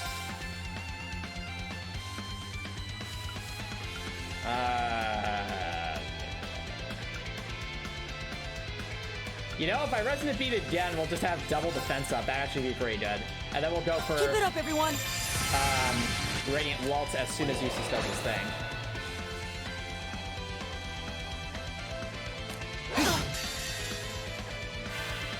Oh dear. Elliot's going to die. Elliot's absolutely going to die. That was a lot of health. Well, we are double strength boosted at least. Behold the Might of the Arcade School. Radiant Wolf!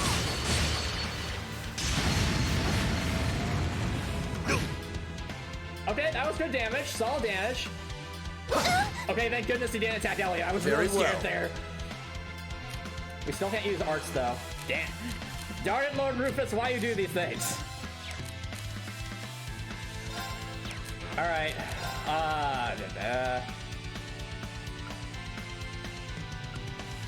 Noble commands is tempting for the ATS buff.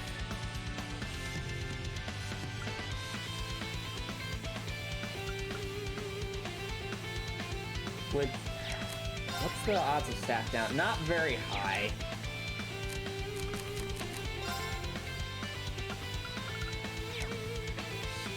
Yeah, I think Elliot and Alyssa should be able to heal themselves. So let's go with a... There's a chance this delays.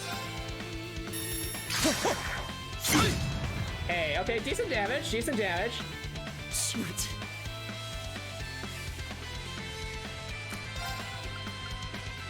I think Holy Song would be great right now. Listen to my song of... I suppose I should thank you. Right. That's better. Alright, Alyssa. I need you actually to impassion yourself. Yes, without impassion, Alyssa's not going to be able to BRCP healer. Oh dear. Oh no! We're dead! We are so dead. That's a really strong spell. We are dead. Bye everyone, it was nice knowing you. I'm strong, everyone.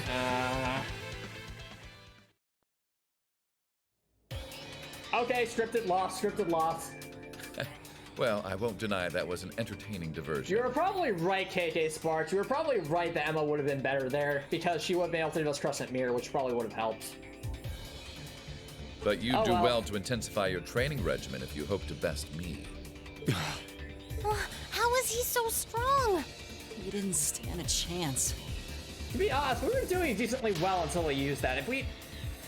Thinking if maybe we used Emma instead of Laura, we might have been able to do that and just relied on Eustace as the attacker. Oh well. He might even be stronger than Sarah. Are you guys okay? Hey, you really think you've got time to be worrying about them? Yes. You ain't getting out of this one, Green.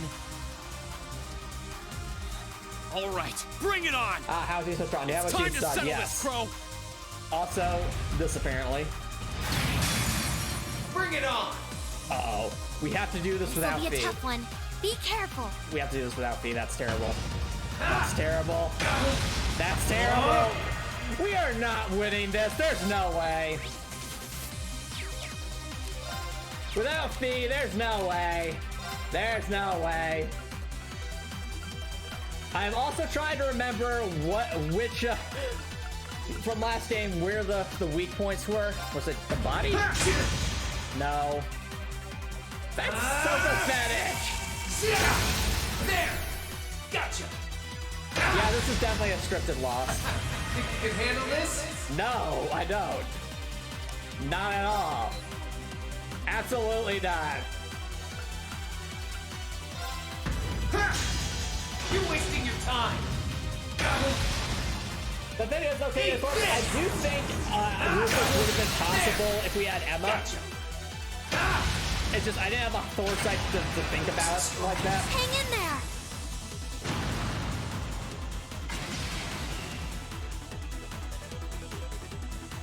Yep, scripted loss. There's no way to win that. No way. Settled enough for you? You didn't even bother to use that trump card of yours. He wasn't even trying last time, then was he? Come on. With the way you are now, I don't even need to try. I'll always win. You don't have Fee to heal you. And that ring perfectly illustrates just how massive the gulf between us is. Maybe you think you've had it tough up till now, but you're gonna need to go through a hell of a lot more if you want to even the odds. Wow. Now this is brutal. I see the battle here has come to an end. Oh, hey Vita. I can't help but feel a little bummed that everything went exactly as I thought it would. Still, it just goes to show how much faith I have in your skills, my sweet Azure Chevalier. Funny, I don't recall ever becoming yours. How's everything up top? I think it's only a matter of time before the battle is decided. But we've caused enough trouble for the people of Ymir already. It's about time we brought this to a close. How are we getting out of this? Like, the only thing I can think of is that maybe the airship that Laura's dad is captain of would come by and interrupt everything, but that's the only thing I can think right now. Because everything else is definitely not going our way. Finestrum Phantasma window. What?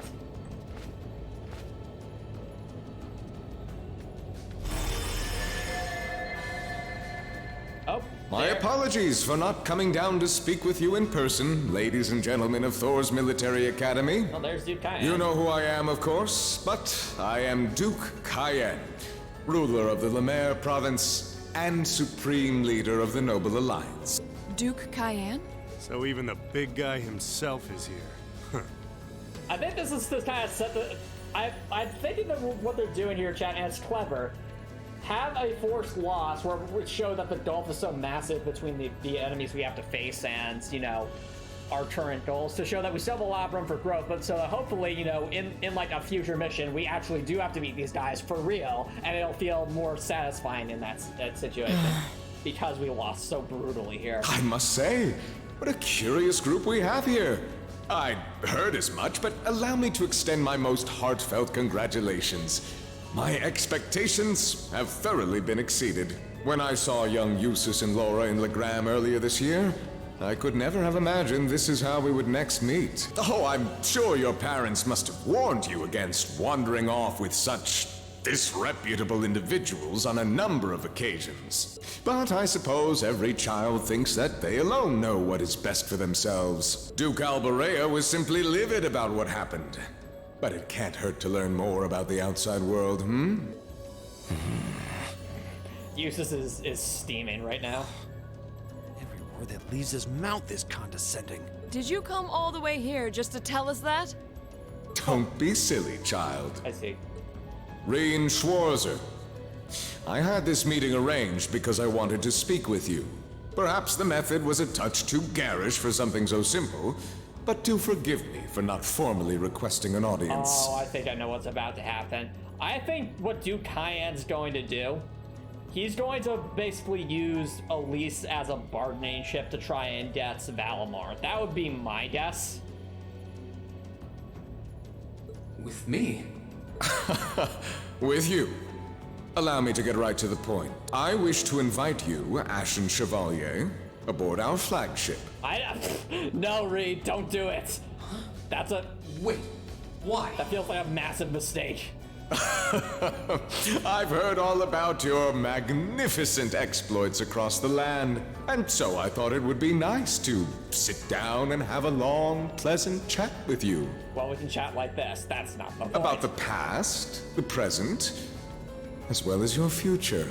Are you suggesting?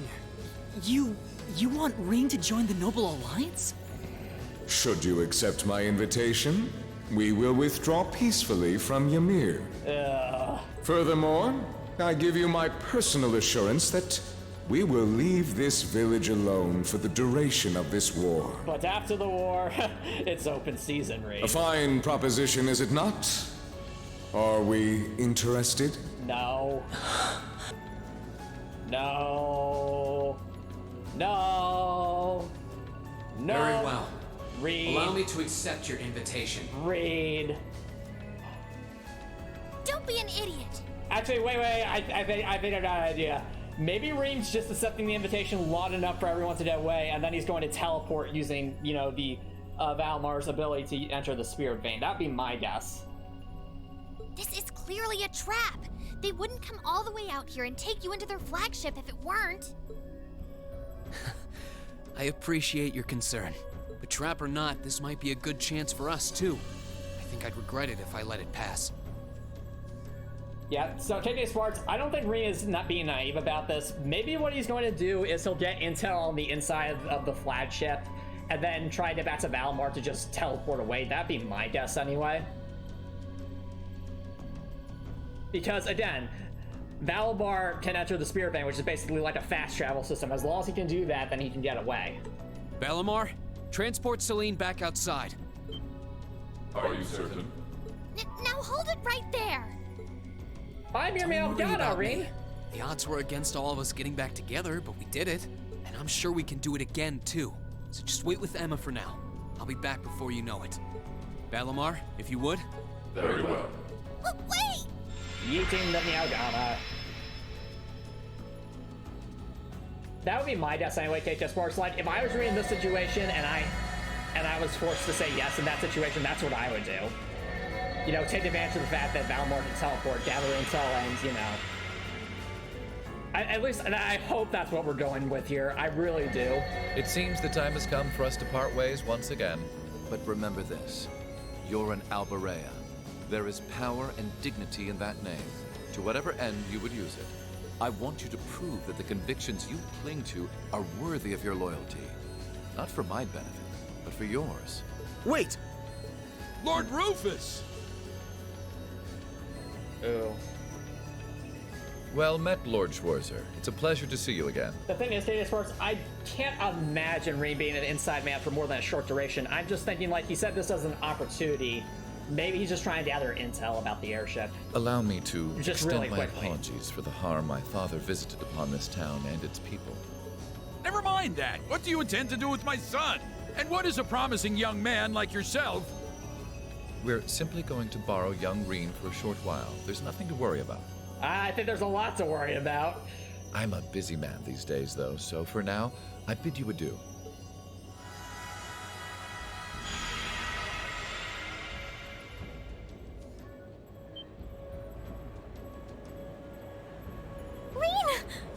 Reen!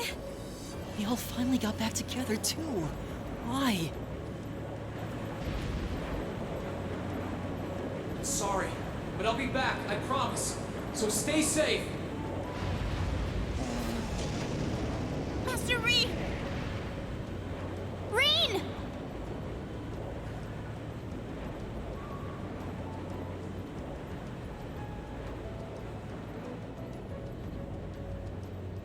All right, Ray, tell me you have some master plan and concoct it to get yourself out of the situation.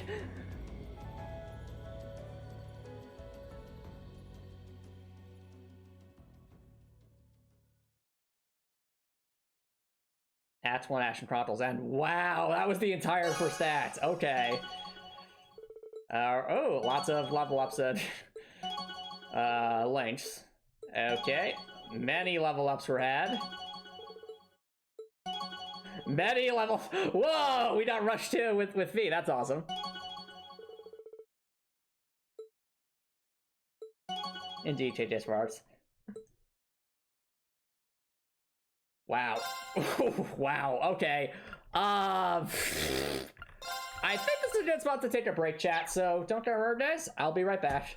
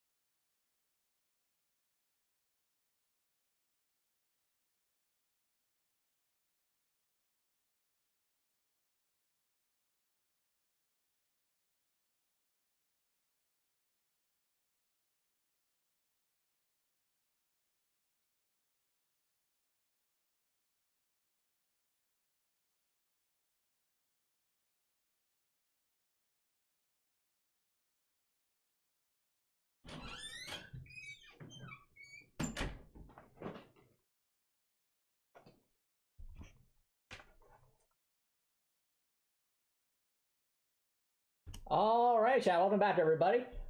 Also, what's going on here? Have you gotten to Nevagon yet? Nevagon, if you haven't, don't let me know. I'll help you out, Rick Rolls. Also, hey, Spot Tip. Thanks for dropping by. How's it going? Yeah, apparently we just had to ask one, and wow, Reed's on the airship now. Okay.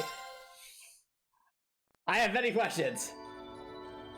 But my current guess is that Reed's going to try and get some intel here, and then maybe try to teleport away. Because again, Valmar can use the Spirit Path, so I feel like that's Green's one, like, backup plan, possibly.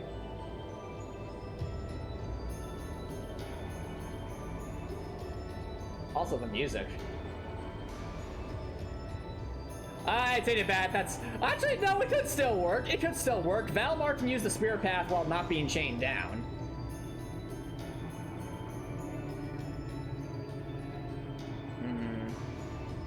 Many questions, though. Many questions.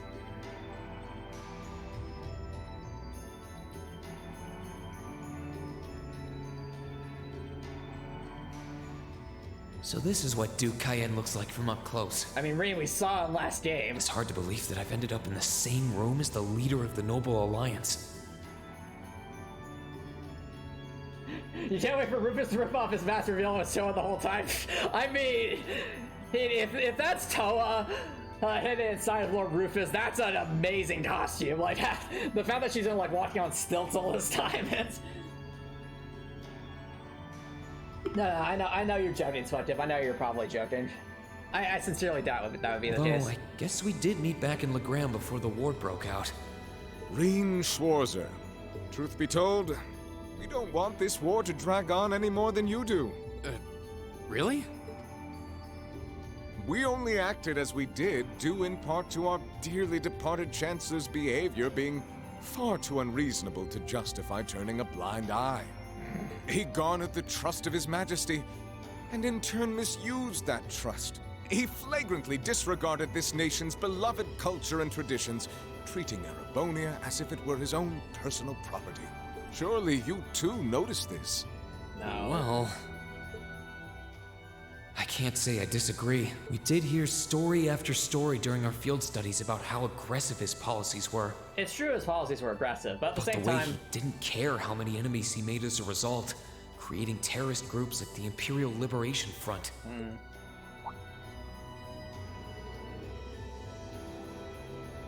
But as I said, the cause of our nation's ills is now gone. Now, all that remains is to turn back the hands of time just a touch, and the good old days of the Empire will be upon us once more. The good old days where nobles could exploit all the peasants as much as we wanted. That does not sound good. It was the good old days. It's for us nobles, though. The key to this bright future lies in putting aside our differences and joining hands. Am I wrong? I do not trust you, Duke Cayenne. I'm afraid that yes, you are. Yep. Do you honestly believe that people can so easily put aside their differences after all the Alliance has done? You occupied Heimdall and effectively took every one of its citizens hostage, imprisoned the Imperial family. Yeah, Reen's right, though. And let's not forget how you're now in league with the enemy nation responsible for the destruction of Gorelia Fortress. Yeah! After all that, the Imperial army would never bow their heads to the likes of you, even if the rest of the population did. My word, I'm afraid there's been a terrible misunderstanding. The Imperial family is simply under our loving protection. They certainly haven't been imprisoned. Sure. I don't buy that. Duke Cayenne seems to live in his own little world of delusion. But that does bring me to exactly why I want you to help us. It does? The Azure Knight is already on our side. But if we had your Ashen Knight as well, that would mean we'd have two of the great knights of Erebonian legend to put into play. Couple them with our Panzer Soldats, and the Imperial Army's armored divisions would cower before us. You may not find us winning the war ideal, but this union benefits everyone more than carrying on until our inevitable victory, I don't think it's that simple. I beg to differ. The presence of Soldats units on a battlefield makes a tremendous difference. What they may lack in firepower and armor compared to tanks, they make up for in mobility and versatility. But more important than even those factors is the psychological impact they have on our opponents. Well...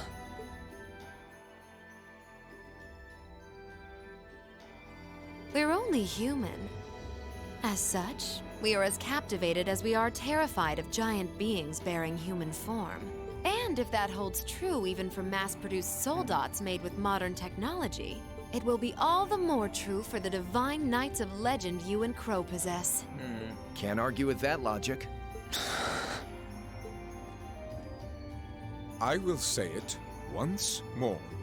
Gileath Osborne is dead, and with his death, all that's left to be done is end this ridiculous war and return order to the Empire. So that I can rule it and exploit it as much as I want. Only then will everything be as it should. That includes both your pleasant academy life and the peaceful days of darling Elise and her friend the princess. Are you trying to... Yeah, he's trying to blackmail Rain. That seems to be pretty Whatever obvious you here. ultimately decide, their safety is guaranteed. I would ask that you promise him this, if nothing else, Your Grace. But of course, I'm not a monster. Yes. We may stand on opposite sides of this conflict, but I still sit on Thor's board of directors. And in that capacity, I suggest you consider carefully the choice before you. Yes, after all, Reen, that means I control Toa's fate as well. Oh dear. After all, every soldier must decide for himself whether a cause is worth fighting, perhaps even dying for. I look forward to hearing your answer.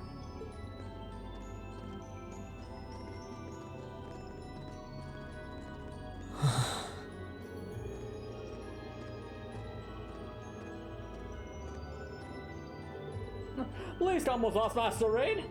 We will escort you to your guest room. Food and refreshments will be provided for you there. And by guest room, of course, I mean prison cell. Come with us.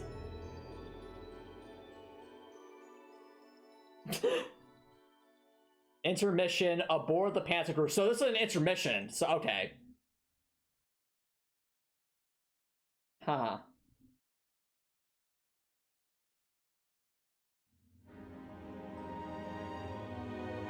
What are we gonna be doing here, then? I mean, hopefully to gather some intelligence. The final dungeon vibes are real, though, chat. I mean, just look at this place. This feels like, you know, dark, evil mausoleum sort of thing. Like, I would not be surprised if later in the game we come back through here and all these halls we walked before are we're, like, fighting through. I would not be surprised if that's the case.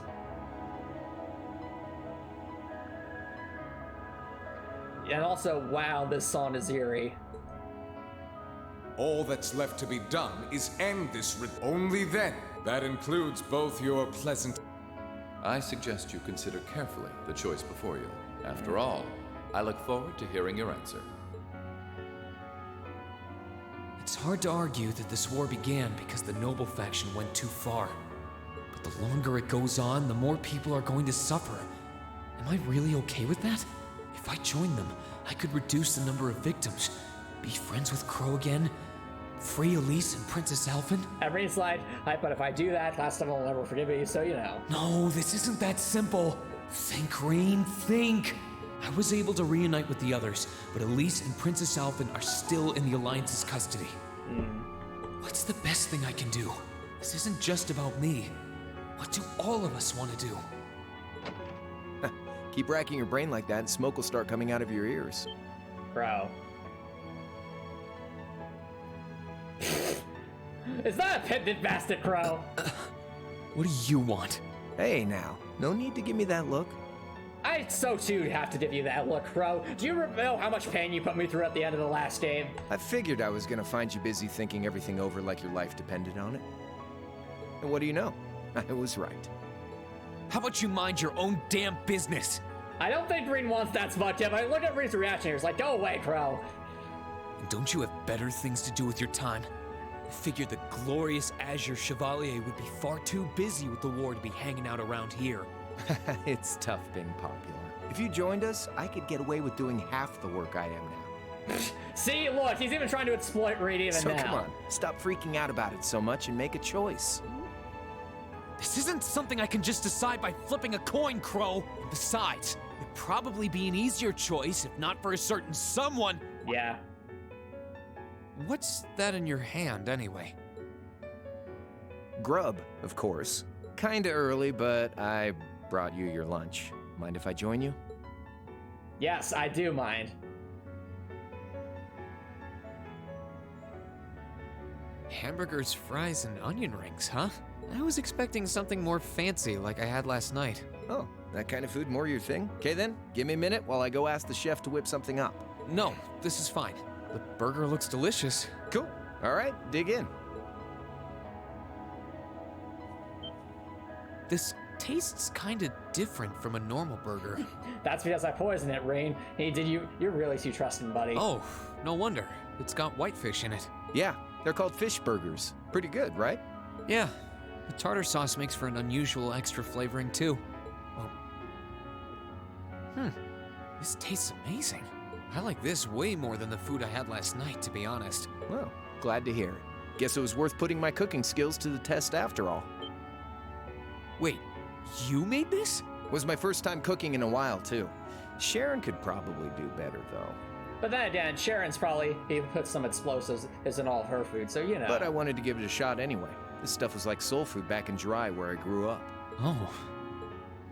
To think, all the time we spent searching for the leader of the Imperial Liberation Front, and he was right under our noses. Crow Armbrust from the Jirai SEZ. Yeah. Oh, yeah. Vita was using some weird thing of hers to let you see what was going on, wasn't she? So I guess you... Yeah. Jirai was that special economic zone in the Northwest you guys went to during our August field study, too. Will Fro finally tell us why he's doing what he's doing?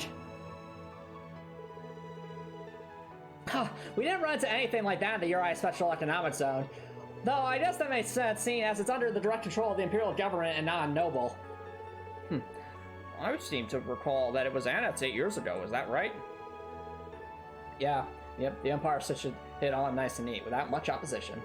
Now, it's prospering as a special economic zone on the coast. Seemed like a pretty lively place. So you ended up going back to your old hometown then?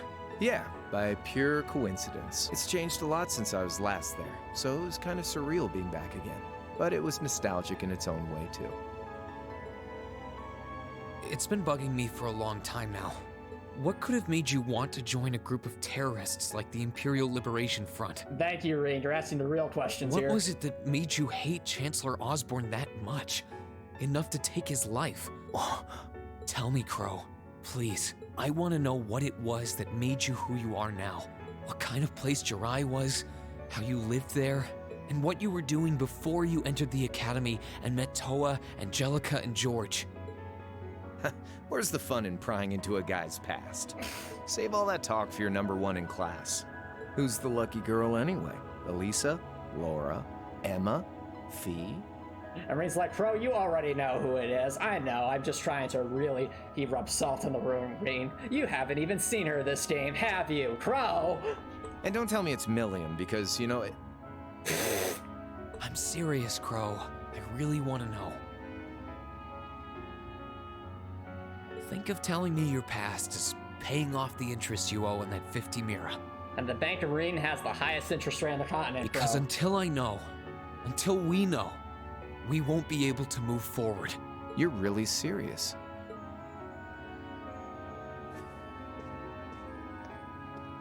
Crow? We all it's applicated sports. We all know how Reen wants to be with Toa. That's pretty obvious. My past really isn't that big of a deal, you know. It's got nothing on yours, that's for sure. If you find yourself thinking that's all when I'm done, well, I warned you. So, you really want to know? Yeah. Yeah. Nothing you say will change my mind. Please, tell me. All right, you win. Like I said, it's just your run-of-the-mill sob story. Pick up any history textbook and you'll probably find a dozen others just like it. It's the kind of story that's so common no one bothers to remember it, like it never even happened. No, Topper Nicholson, no. Back in those days, Jirai was known as Jirai City. It was a city-state off the coast of northwest Zemuria that prospered through maritime trade with West Erebonia, North Ambria, and Remiferia. It had a population of around 150,000 people, so it wasn't exactly a big place or anything. Very pretty, though. Because of that, the surrounding nations left it alone and let us live out our days in peace. We were pretty fortunate, all things considered, until about 20 years ago. That was when the Northambrian disaster struck, and much of the Principality of Northumbria was turned to salt. What? And as a result, trade on the northwest shore was reduced to virtually nothing. What? Day after day, Jiraiya's prosperity started to fade away. What? Still, it wasn't all bad. We had our fishing, our historic landmarks, our septium mines. We could make use of those to get trade going again, both to keep our state running and to help out Northumbria. In fact, the one who advocated that approach was the mayor, my grandfather. He was the last mayor Jiraiya City ever had. He was a stubborn old bastard, but he had this wry sense of humor and was well loved. I lost my mom and dad early, so he was also my only living relative. The mayor's gonna die, isn't he? He taught me just about everything a guy could know. He was like a mom, dad, and your old master rolled into one, I guess. Anyway, fast forward to 10 years ago. Out of nowhere, we received this proposal from the Erebonian government. They said they wanted to extend a railway line from Heimdall all the way to Jiraiya. We relied on the sea for trade before, but there wasn't any reason to believe we couldn't benefit from being connected to Heimdall by rail. The proposal drew overwhelming support from the city's council, and as a result, my grandfather was forced to accept. Within a year, the city had all of its old life back and then some. The streets were more bustling than ever. But keep in mind, this was the result of huge amounts of imperial capital flowing into the city. Land and buildings we once treasured were bought up left and right. Everything became a target for investment. People only cared about making money. Something similar supposedly happened in Cross. My grandfather sensed something was off, and he tried what he could to get the situation under control. Oh. Huh. Actually, it's got me thinking. So, there was resistance in Crossbell, but not here. Was there brainwashing going on by Vita or something? Then one day, someone blew up the railway line leading to Jiraiya. Everyone demanded that it be repaired as quickly as possible. Everyone except the Imperial government. Well, that's sus. Instead, they panned our national security arrangements for being insufficient and threatened to withdraw all Imperial capital. Uh-oh. The city was left in an uproar like we'd never seen.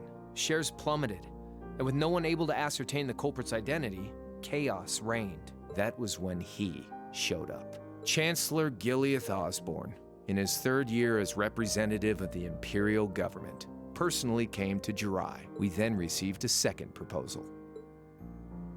The restoration of the railway and its future security will be seen to by the Imperial Army. In return for our continued assistance in safekeeping, Jiraiya will come under the wing of our glorious empire. I see, this was like a forced annexation sort of thing.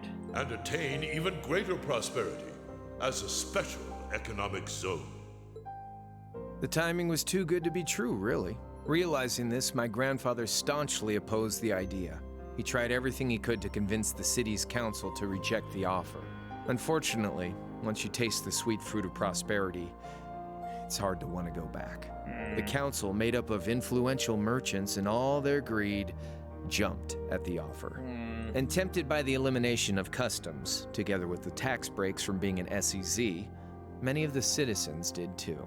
And during all that, they'd conveniently found a suspect behind the railway incident, my grandfather. Wow. He loved Jiraiya more than anyone, and up till then, its people loved him too. And yet, virtually overnight, he found himself facing the wrath of both the city's council and the citizens alike. Right, but I'm guessing Crow knew that this was a lie, wasn't it? Left with no choice, he resigned from his position as mayor, and Jiraiya formally became part of the Empire. Both of these things happened on the same exact day. Also, you're right, Spudkip, you're right. Yeah, but whoever was the voice actor for Osborne did an amazing job. Ouch. That was 8 years ago. Naturally, everyone knew my grandfather wasn't the one who did it. They knew who was really responsible. They just turned a blind eye to the truth. See? I warned you. Just your run-of-the-mill sob story. Wow, that is awful. Like, that is really awful. But at the same time, Like, I can understand Crow wanting to get revenge on Chancellor Osborne after all that. I could certainly understand that. But going beyond that, that's what I don't fully understand. And also, he left out anything related to the Azure Knight, so... I don't know what to say, Crow. I have many questions. What happened to him after that? Your grandfather. One day, he just up and died. I mean, that's to be expected, I guess. Once he resigned, the whole affair with the railway getting blown up was all but forgotten. He lived comfortably in retirement for about half a year, fell ill, and that was that. He just lost the will to go on, I guess. Like I said, he was the only family I had. Oh. I mean, I had plenty of friends even then, but I chose to leave it all behind. I was 13 at the time. I wandered the land, doing whatever I had to get by. That was when I met old Cayenne, who happily indulged my hatred for the Chancellor. Oh, I see where this is going. Crow's being used, I see. Crow is being used, and he's being used really, really hard. To be fair, the ILF was probably a means to an end, and the Imperial Liberation Front was probably a means to the end, and he didn't really care what happened after as long as Osborne died. Okay, fair enough. But what I'm thinking here, chat, is maybe what they're going for here is that Crow fundamentally... I mean, he has his reasons, but he's being manipulated by Duke Cayenne. I think that's what they're going for here. Especially since the fact that Duke Cayenne would get to influence Crow ever since he's like 13, that probably has left a big impact on him. And with his financial backing, I went out with the goal to find others who were just like me. That was the beginning of the Imperial Liberation Front. And right there on the bottom right, I'm seeing the other members of the ILF from last game. So we have Scarlet and Vulcan, and over there's Gideon, who's dead, by the way. Gideon, Scarlet, and Vulcan were among those I recruited. I can understand why Crow feels so beholden to Duke Cayenne, but he's definitely being used. I'd also met Vita then. I only knew her as the woman who would often come to see Cayenne. She guided me to a place below the city of Ortis, and there slept the Azure Knight Ordine. Ah, I see. So One after another, I overcame the same trials you did with your friends, but alone. And once I'd proven myself worthy, Ordine accepted me as his awakener. That was 3 years ago. I was 16. Interesting. My preparation's complete. Oh, I concealed my background. There's Angelica and George. And enrolled in a military academy near the capital. You like to sell Orban that Ordine was in the sale, or is like to say it was an advert. Yeah, that's pretty cool, Spud. That's very cool. Everything I did for the sole purpose of taking the Chancellor's head. I even betrayed my friends. Hence Toa, George, and Angelica. Wow. Ouch. Oof. Oh, wow. Yeah, I don't know if they ever bring attention to it, but I think it's neat. I think it's neat too, Spud. I'm glad you brought attention to it. Come on now, what's with the face? But I hope Bree's gonna be like, Crow, I'm sorry for you, but at the same time, you're being used, buddy. You look sadder about all this than I do. Yeah, I guess. I swear. I'm not trying to tell you the Chancellor was evil or anything. What? Still, there's no denying that he managed to outwit my grandfather. And he may have lost, but Pop's always loved a good gamble. It's thanks to him that I'm pretty good at chess, card games, that kind of stuff. I'd say it's fairly normal for a student to want to avenge his master's defeat, wouldn't you? Maybe. I think Green's like, I can understand where you're coming from, Crow, but this is not the way to do it. At the end of the day, there's no denying this country has problems, and the Chancellor's methods were making them worse. I studied those problems, worked out how to use the situation to my advantage, and then won the game with an all-or-nothing gamble. I think if there's any conceivable way for Crow to become an actual part of Class 7 that's not going to stab us in the back again, I think it's going to have to come with some kind of deconstruction of Duke Cayenne's like mythos over Crow, like his emotional control over Crow. Because the thing is, Duke Cayenne has been influencing Crow since he was 13, and now he's like, what, 19? Yeah, he has a pretty massive hold over his life, I'd say. A pretty massive influence, and breaking through that influence, I think, is going to be tough. But when you think of how peaceful Dry is now, I'd say I've got a duty to clear up the mess left behind by my game too, which means ending this war and restoring peace. So it's only when that's done that my game is truly over.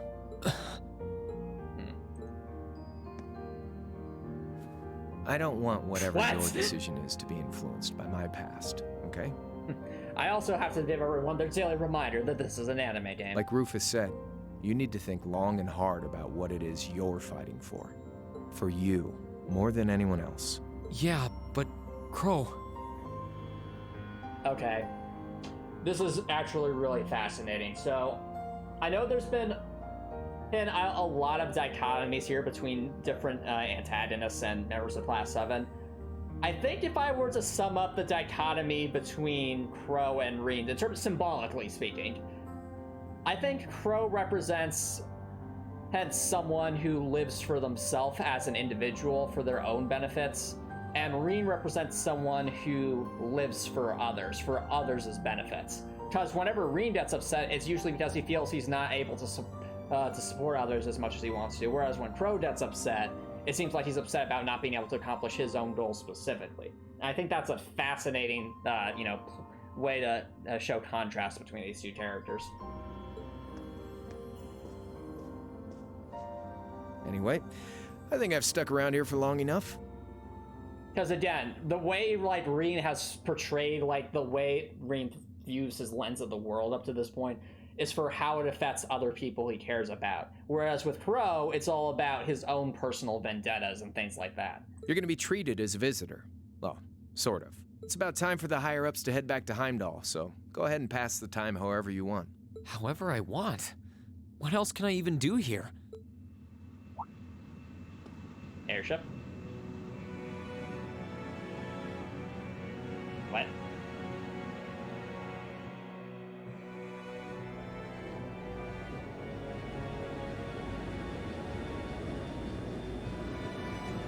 What is happening? Well, there's Dukayan, and Vita, and Rufus.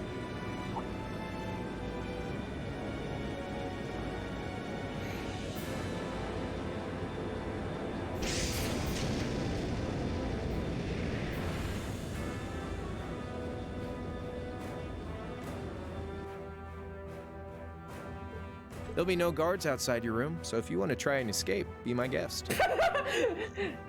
I was like, Rean, buddy. Just keep in mind that some members of Ouroboros and Zephyr are on board too. Not to mention me, Scarlet, and Vulcan. So if you're up for a gamble of your own, get ready to take all of us on. Sounds fun. All right, Rean.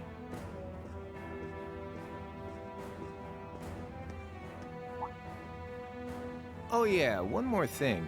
There's this real cute visitor in the guest of honor's room on the second floor. What? I think she'd perk right up if she saw you. So why not go pay her a visit? I'm assuming Elise or Alphen, because the Noble Alliance has them. Just don't go making your girl jealous, okay? After all, we know Toa's still waiting for you, Rean.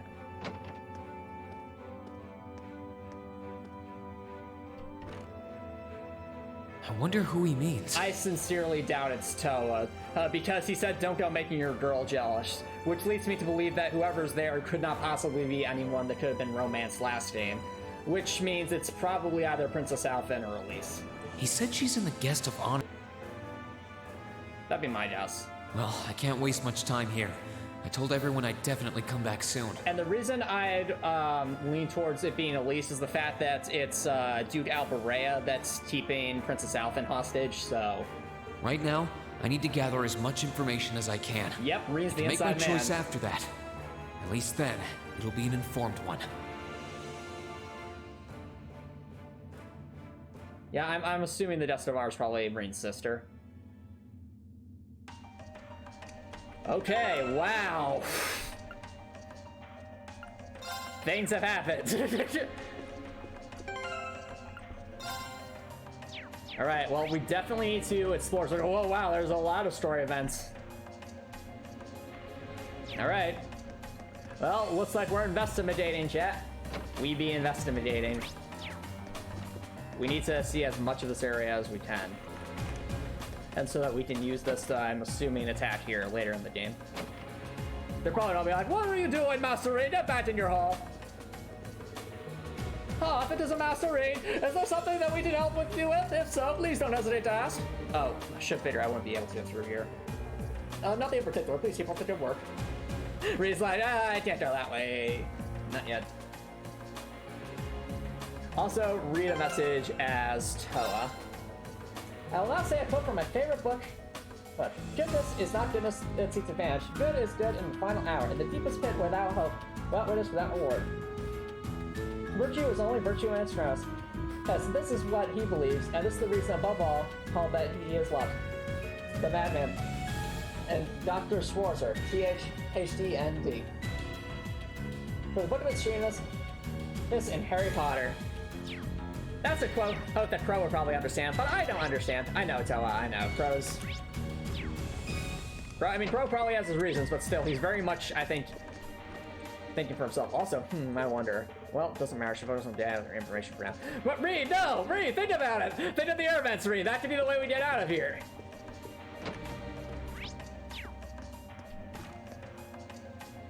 I can sense someone inside.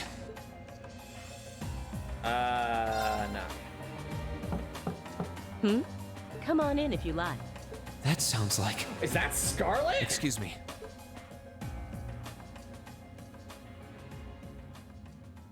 Oh, wait a minute. Wow, it is Scarlet. Ah. Hello there, love. Hello there. And now it's time to finish what I started last game. I'd heard you came on board yesterday, so I did wonder whether we would run into one another at some point. Hello, Scarlet. Yep, there's Scarlet. Last time we spoke was a month and a half ago near Trista, I think. I remember. That was the time you tried to use Chronoburst to beat me, but that was a scripted loss screen, so it didn't count. Quite a memorable day for both of us, wasn't it? There's no need to stand over there. Come and have a seat. I'll pour us some tea. You really don't have to.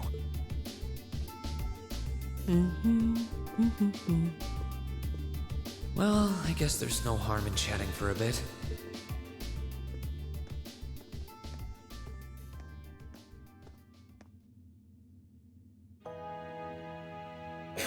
Wow, this is so interesting. These tea leaves really are wonderful, aren't they? This is a massive inversion on what we expect for free time. That's for free time events with the villains.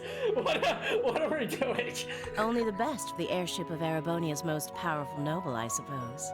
I have to admit, the fragrance is like no tea I've ever had before. You're right, though. It makes sense if it's something Duke Cayenne personally chose. Oh?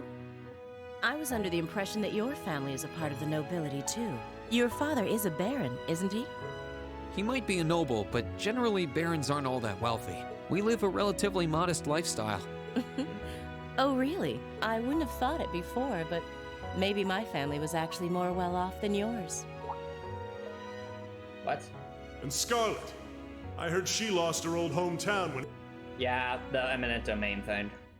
What kind of family did you come from, then?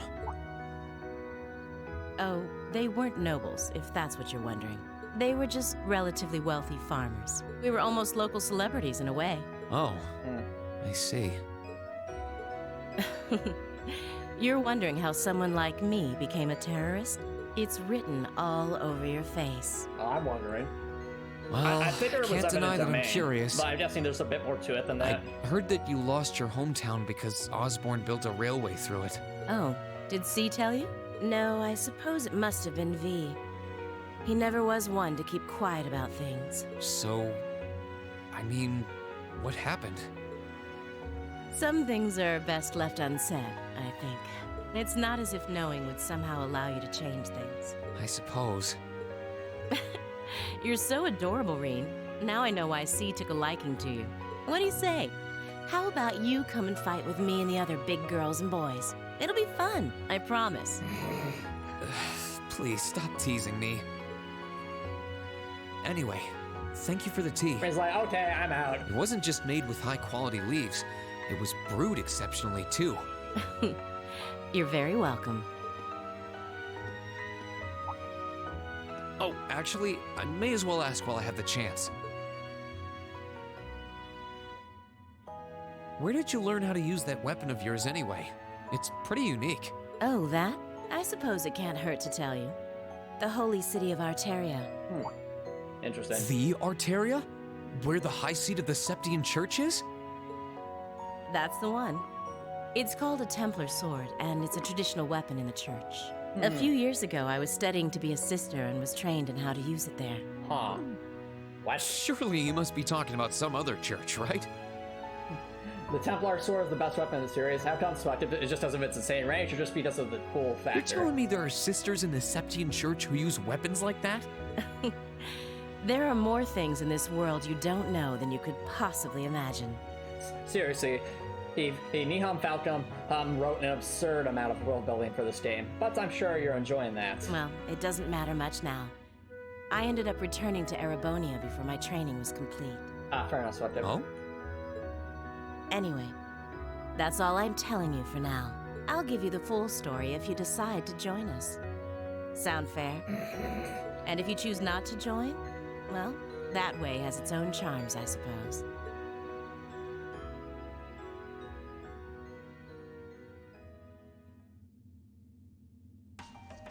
She ended up being a lot friendlier than I expected her to be. I wonder how much of what she was saying about being a sister was true. She seemed to really hate the Chancellor. I wonder what she intends to do now that he's gone.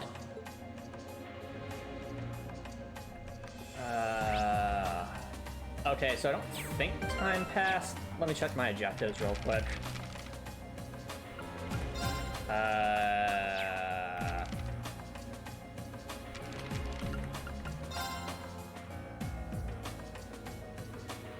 He also said someone's I should see what info I gather. I'll ship before I out there. Okay, so basically, I think these are all mandatory. You have to talk to everyone. You don't have volume. Okay, so you have to talk to everyone. Fair enough. Honestly, I think this is pretty cool, and I'll explain why. In a lot of, especially older RPGs, you really don't get a lot of time to understand the reasonings behind what villains are doing. You're just kind of facing against them.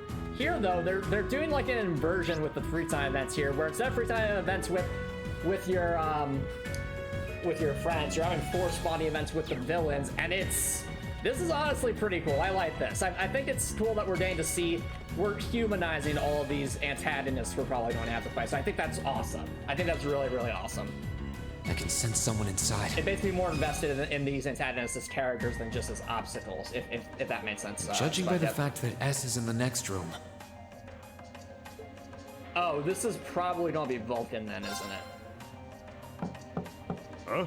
Yep. It's open. Come on in. Excuse me.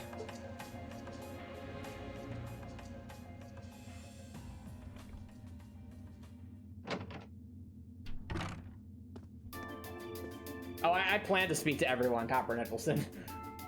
There's Vulcan. Oh, it's you. You finished talking with C? His name's Crow, not C, and he's never going to be anything else for me. Oh, I know his real name, but to us, he's always gonna be C. That's our leader. He might be young, but each and every one of us look up to him and respect him. Anyway, take a seat. You got a whole lot of questions, I bet. Does you asking that mean you're willing to answer them? Depends on the questions. Just out of curiosity, how many members does the Imperial Liberation Front have left? Good question. I know the explosion back in the mine was staged, obviously. Sure was. Anyway, 10, give or take. Yeah, we never really had much membership anyway. We lost most of our members as soon as the war started kicking into gear. Oh. Is that because the group's primary objective had been fulfilled? Basically, yeah. We all came from different backgrounds. But the one thing we had in common was that we hated that bastard's guts. So after he'd kicked it, most of the guys didn't really have any reason for sticking around. Can't say I blame him for calling it quits. Crow said that seeing this war through to its end was the last part of his game. Are the members who haven't left sticking around for similar reasons? Interesting question. Can't speak for the others, but me?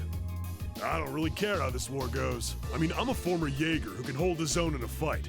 I've always lived for war. And teaching those dumbasses in the provincial armies how to pilot soldats is a job worth doing, even if it's a pain. If we disband, I'll find myself something else to do. I see. I can't defend the assassination of the Chancellor or what you did near Trista, but I'd be happy if you chose to disband at least.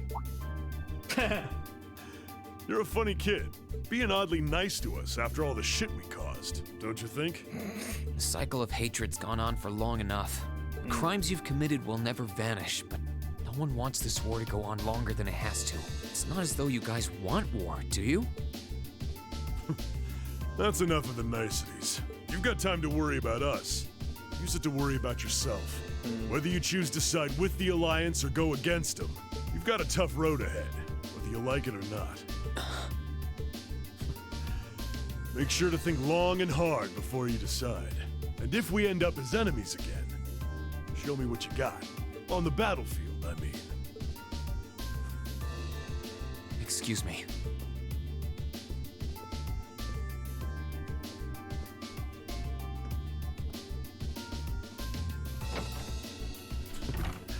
Think I might have been too harsh on the kid. Still... Yeah. He's probably perfect for the job. Oh no, they're trying to use... I mean, it was pretty obvious they were trying to use Reen, but for what? He saw right through me. He's not wrong, though. I should be worrying about myself right now. He seemed kind of different, though. Like he'd lost his spark. Right. Yeah. His sole objective in life seemed to be to get revenge for his old Jaeger Corps killed by Osborn. Maybe he's just not sure what to do with himself now that he's done just that? Yeah, that's probably the case. He's probably just sticking by C as a result of that.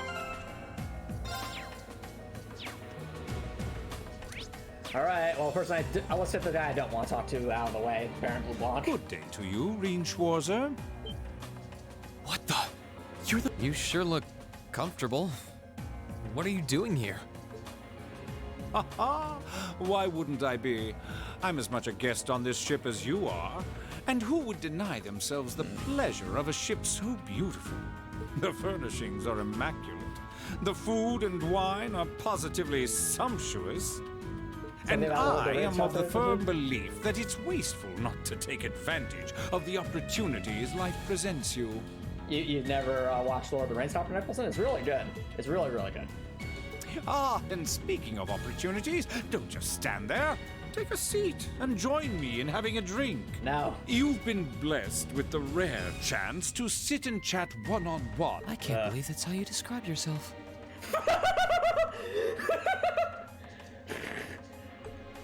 Wow. Well, what the hell? I'll have a drink. Reen has zero sympathy. Nothing with, alcoholic, though. Phantom Thief B.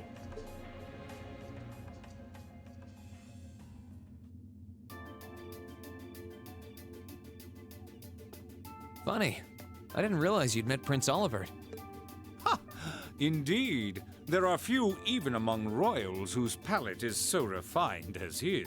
Between our shared love of beauty and fundamental difference of opinion on the nature of love, he forever remains an endless source of entertainment for me. I suddenly feel very sorry for him. What happened down in Liberl sounds pretty amazing, though. I'd heard there were problems with orbital technology in southern Erebonia at the time. That magnificent floating city was quite the sight to behold, let me tell you. Oh, how I wish I could have shown it to you. Liberl. I'm guessing that's probably a city from another one of the games, maybe? It would have changed your view of the world completely. It really does sound amazing. Wait, why am I sitting here having a friendly discussion with a wanted criminal? He has so many interesting and unusual stories, I got completely caught up listening to them. Liberal is the country to the south of the Empire. Okay, thanks for the clarification, A Spot. thief of my caliber can steal much more than objects read. I can steal your attention, too. There. I was able to steal much of your time. Perhaps I stole your heart as well. No. Rest assured that did not happen. Nice read. Your stories were interesting, though, I'll admit. By the way, you wouldn't happen to know where Prince Olivert is now, would you? Last I checked, he wasn't actively fighting against the Alliance. I imagine Duke Cayenne would welcome a man like the Prince with open arms into the Alliance, if he so wished to join. To my knowledge, he was always wary of the Chancellor himself. But I digress. I'm afraid not even I know where he is at the moment. However, I'm inclined to believe that wherever he's hiding, the Crimson Wings is there with him. Who? So the Courageous is missing too, then. Oh, right. Although the Duke's got some nerve if he expects Prince Olivert to side with him after he imprisoned the rest of the Imperial family. But think, these kinds of things are simply what the great nobles of this country have always done. The War of the Lions, too, was brought about by numerous families of some standing backing potential successors to the throne. Emperor Dreigels, as a late arrival to the war, was a mere exception to the rule. I wonder, does Prince Olivert think himself as the second coming of Dreigels? One of which is to bring the winds of change to Thor's military academy. A gust of fresh air, if you will. I'll admit, I hesitated to allow it, but I decided to place my hopes in you. We believed then, as we still do, that one day you all will be a great light that can push back the darkness of this country. I don't think he does. From what I can tell, he intends to try and end this war in a slightly different way from Dreigels. Oh? True. Do tell. Ray's not going to Sorry, that. but I should be going. Thanks for all the interesting stories. Ha! I'm pleased to hear it. I will be waiting at the edge of my seat to hear which path you choose. Join us, and you'll be warmly welcome. No. Naturally, I'm fascinated by you as the Ashen Knight's pilot. No. But I'm even more fascinated with that brute strength of yours. I would love the chance to see the power of an ogre up close. But McBurn is here. I doubt it's half as interesting as what you're thinking. Anyway, if you'll excuse me.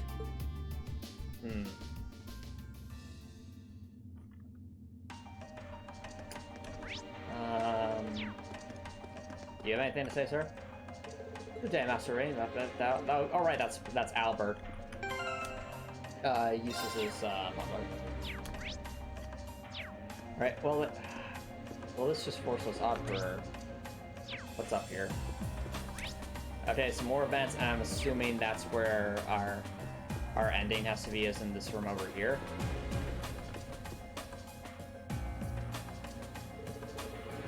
Huh.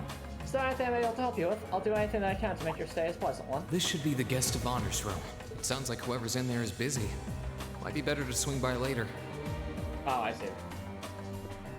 Alright, so that's where we end up. Oh wait, there's nothing up here besides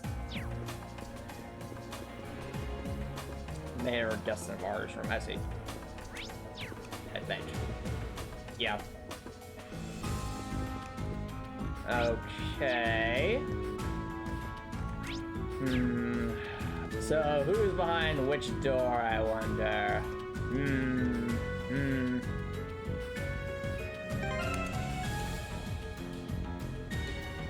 I say we go to the back right. I can sense someone inside. Oh, wow. What the? Pain. McBurn? Maybe? I'm assuming McBurn because of the reaction.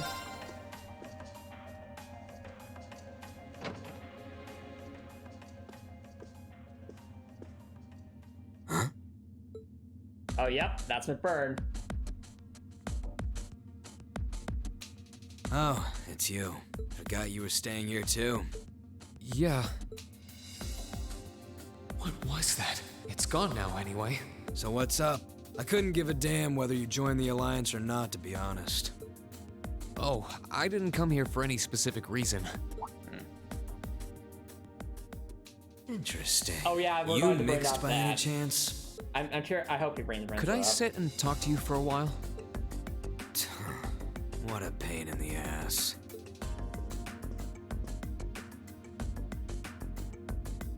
So, what do you want to ask? When we ran into each other back near Berea Hard, you asked a weird question. Something about being mixed? Oh, that? I didn't have the chance to figure out what that meant at the time, but what did you mean? Don't know if I can even explain that one. It's just something you feel. What we've got mixed into us is obviously different in strength and nature. It's kind of hard to put into words. Yeah, seems that way. I know you're not trying to confuse me on purpose, but I really can't wrap my head around what you're saying. Just watch. Huh? Right, the fact that McBurn caused that fire from himself. There's no trick to it. I'm not using an ornament, it's not magic. And I'm not using an artifact either. I just will fire to appear, and it does. So it's just a totally unnatural ability? Yeah, I guess you could say that. Something that just gives you results, without the processes you'd usually have to go through to obtain them. You've got one too, right? Right, when Ring goes Super Saiyan, basically. Well, true. That power of mine wasn't something I gained from training. I don't even know where the power itself is coming from. It's the same kind of thing. People who can do things like that usually have something mixed into them.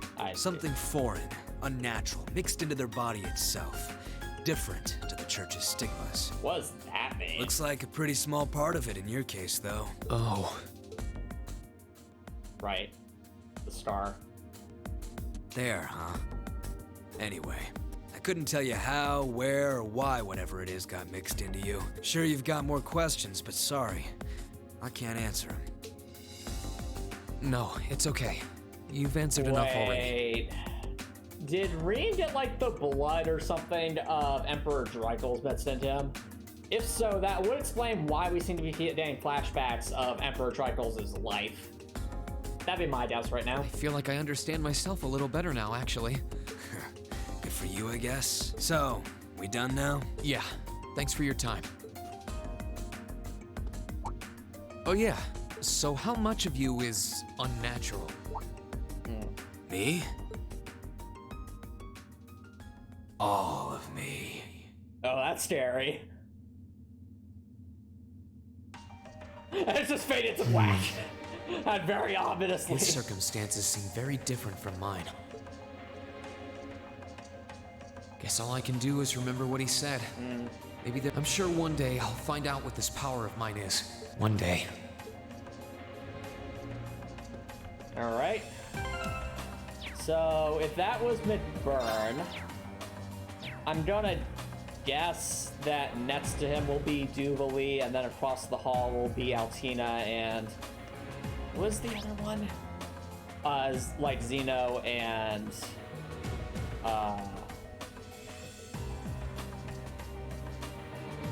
Zeno and Leonidas, so...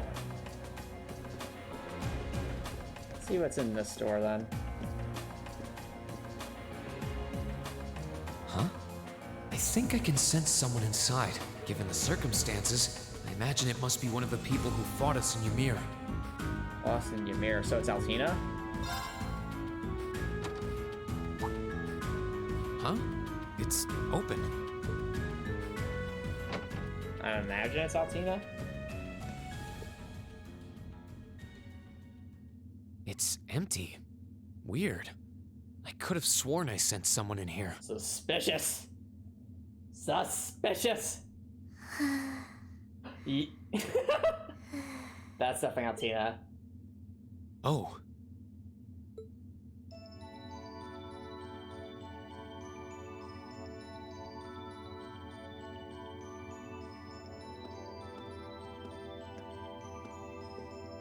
Also, what's this music?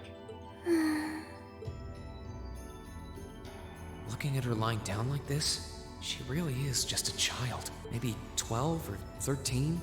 Somewhere close to Millium's age. I mean, she's Millium's sister, after all. How did a kid like this end up fighting with the Alliance? Who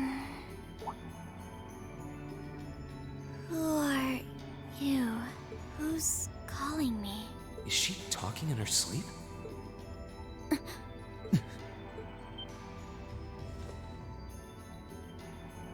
Situation assessed. Location is a room inside the guest area of the Pentagrule. What? 9 hours have passed since initial loss of consciousness. Why is she speaking like a computer? I don't understand. Guess she's sleeping comfortably enough here. Then again, she needs it at her age. She's got plenty of growing left. Wait. Huh? Good morning? Reen Schwarzer, why are you here? Unless my memories have been tampered with, I believe this room was solely allocated to me. Oh, it was. Hi, Aunt Pluto. Thanks for dropping by. How's it going? Sorry. If I'd known you were sleeping, I wouldn't have come in here. So right now, apparently, Reen's been taken onto the opposing forces' airship, and he's getting an opportunity to at least speak with some of them. So that's what we're doing. We're literally speaking with like all the villains. So you're an intruder then? Or I guess maybe antagonist is a better word. Not all of them are necessarily villainous, but they all have done some bad things, seemingly. Clown Soleus. And this is how Reen dies. No, it was just an innocent mistake. Reen's about to get whacked. Whoa! Can we at least talk about this? No mercy for trespassers. Wow. And that is how Reen died.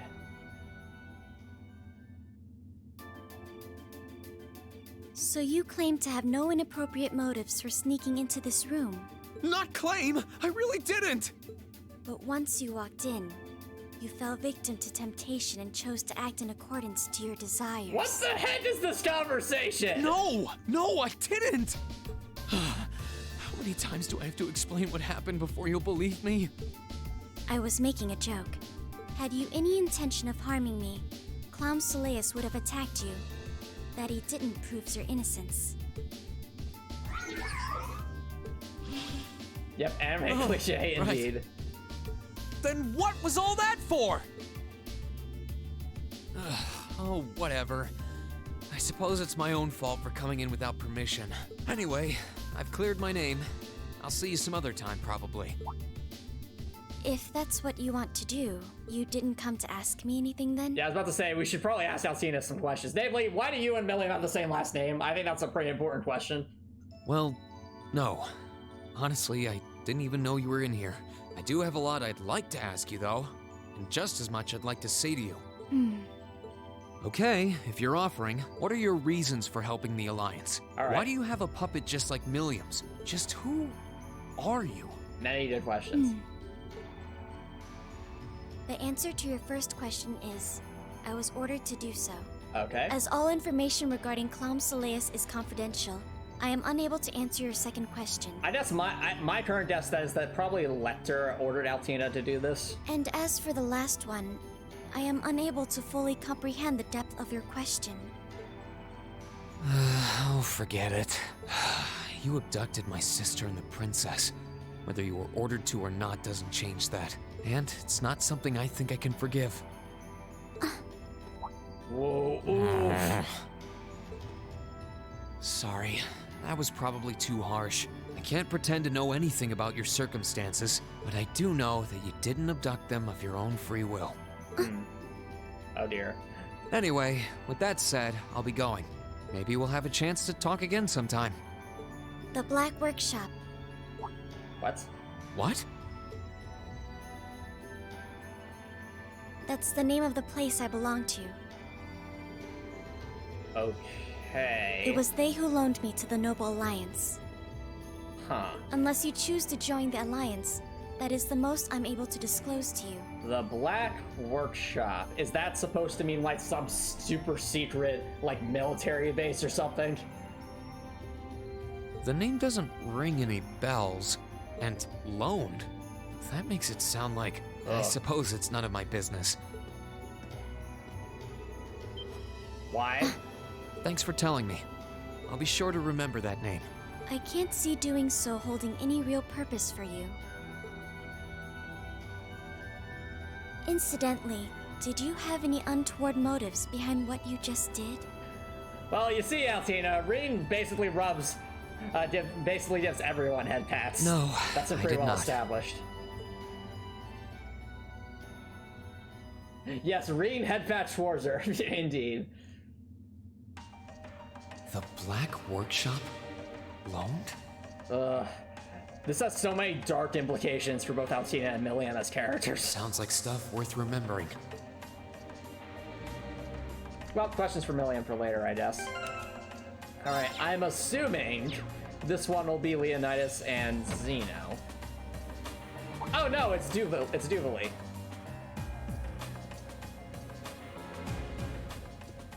I remember you mentioned that spot. Having to travel to and from Crossbell like this is utterly exhausting.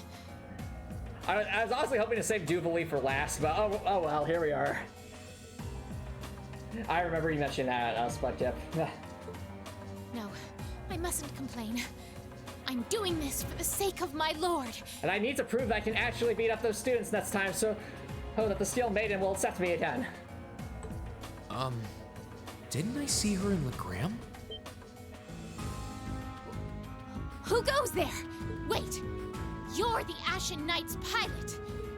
I remember you now. You're with Ouroboros. Duvali the Swift, right? Have you no shame? Is it perhaps normal for you to barge into a lady's room unannounced?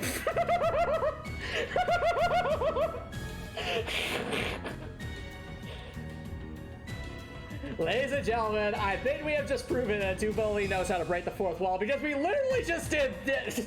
We literally just did that. How does she know? How does she know?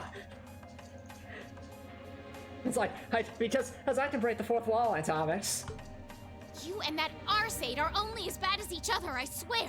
Learn your place! Actually, I just walked through the door normally. I should have probably knocked before I came in, though. Sorry about that.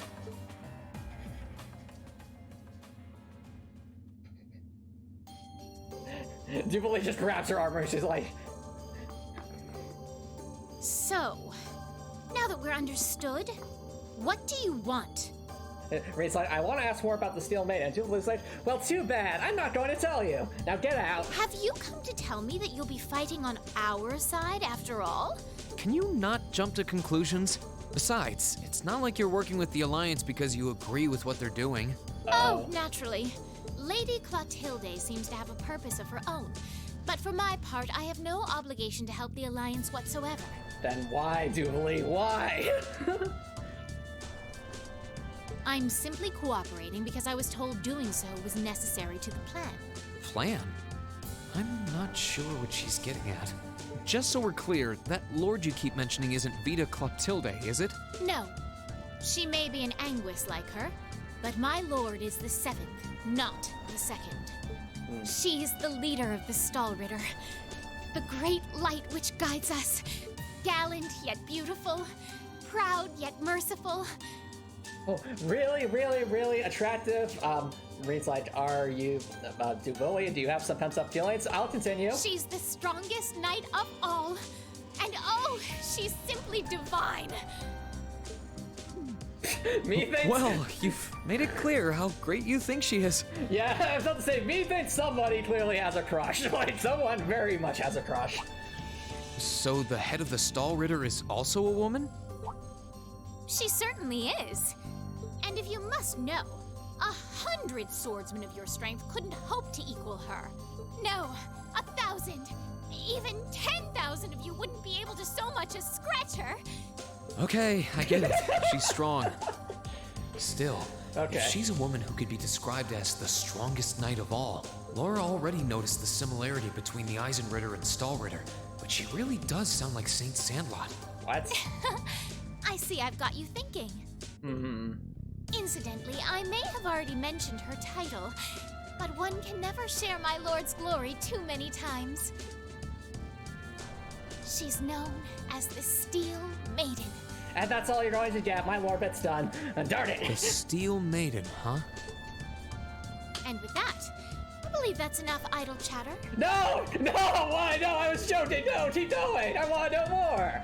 I want to know more. If you didn't come to tell me that you'll be fighting on our side, then we remain enemies. As such, We shouldn't be standing here being friendly with one another.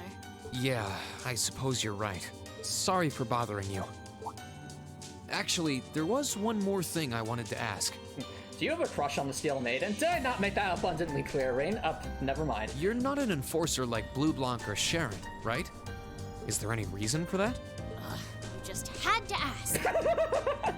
Enforcers are selected by the society's leader, the Grandmaster. And in order to be selected as one and given a number, that person needs to be burdened by some kind of darkness. Okay. But just so we're clear, there is no correlation between having a number and one's strength, all right? I'm quite strong. Slide, green slide, but we did manage to defeat you on our first try. That's not the point! I didn't say you weren't. Didn't we have such a massive inferiority complex, especially after the fact that we still defeated her on our first try? It makes perfect sense. You don't strike me as someone who's carrying any kind of darkness with you. You're refreshingly sincere. Like someone who hates anything that strays from the path of righteousness. Yeah, Reed saw right through Jubilee. I'll thank you not to spout such nauseating dribble in my presence. Also, these lines, whoever wrote these lines did an amazing job. So many, word salad. Lots and lots of different descriptive words to make Jubilee sound like make Jubilee essentially sound like she's literally a living embodiment of like a knight from a fairy tale with all like these flourishing words from like centuries ago. Chat, correct me if I'm wrong, Jubilee feels like she's in the wrong century here. Like she literally feels like she's ripped straight out of a fairy tale book. As like, you know, one of those knights spouting all these things about chivalry and all that. I could just imagine Jubilee fitting into that contest, but she just seems so out of place here, and it's very, very silly. Now get the hell out of my room! Listen, you're not going to get any more or Steel Man Lord no matter how much you beg. Now get out!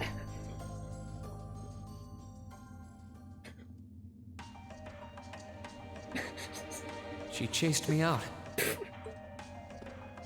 I'm really curious about the Steel Maiden. I am too, Reed. I am too. Reed is me right now. Reed is definitely me. Could she really have some connection with the Lance Maiden?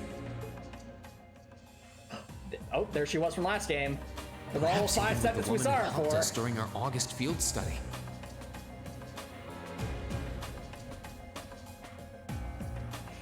Jubilee, tell us more.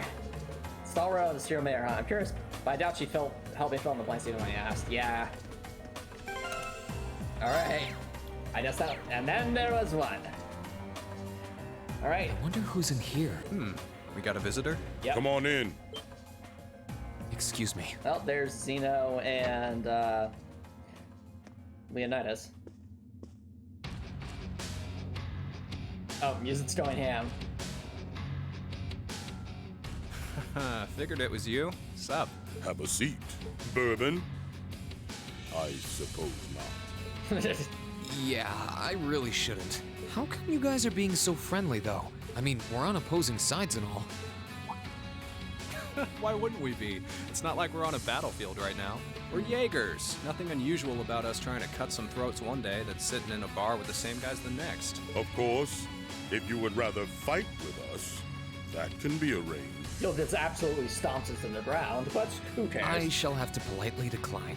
For one thing, I don't think I'd stand the slightest chance of taking you two down. Hey now, no need to be so pessimistic. He seems to think pretty highly of you. Have a little more faith in yourself. No, Zeno, not in this particular case. We're doing a challenge. You'd be able to give us a real fight in your divine night. Not that I'd have any intention of losing even then. The scary thing is, I'm pretty sure he's dead serious. Well, they're used to taking out tanks. They probably have their ways. Yeah.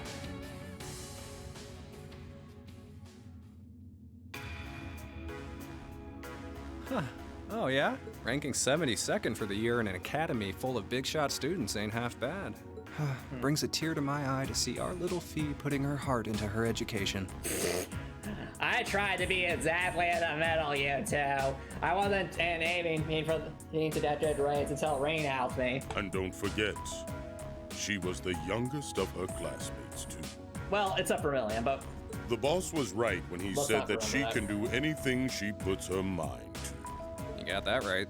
Maybe joining the gardening club will make her a bit more ladylike, too. What? How do they know about the gardening club, though? How do they know that? Oh, who am I kidding? She's still young. She has plenty of time to develop on that front if she so pleases. Are you watching Top Gun? No, this isn't Top Gun, any Pluto. They really seem to adore her, like two proud parents talking about their child. And yet they still betrayed her. If you don't mind me asking, why did you leave Fee behind? After your boss was killed in a lore. battle with his sworn enemy, I mean. Fee lore. Give us the Fee lore. Fee told you about that. It sounds like you're closer to her than I thought you were. It's like, everybody's like, yeah, we're kind of best friends. I trust this is simply me being paranoid. But you haven't tried making any moves on her, have you? They are so acting like Fee's parents. If Fee had parents. No, of course not. I wouldn't dream of it. And trust me, she already has a girlfriend, you two. I just want to know why you'd abandon her when she obviously means so much to the two of you. She thought of you all like family. Why did you leave her all alone? Well, we had our reasons. Let's leave it at that. No, tell us more. I know you want to know, but you're not the one we should be telling that to. Oh, I see. We'll be sure to tell Fee our reasons in due time. And we'll make sure it's in like a super dramatic anime moment so that it really hits you in the feels. Until then, leave the issue be. All right, I can accept that. Still, she's our classmate. In that sense, she's like family to me, to us, too. And we feel that way about her just as strongly as you do, if not more so. I want to be perfectly clear on that. Fighting words right there. Still, we'll remember you said that. Returning to the matter at hand, you're sure you haven't tried to make any moves on her? They are totally Fee's adopted parents. They are 100% Fee's adopted parents. Come on, spit it out. They really are like two overprotective fathers.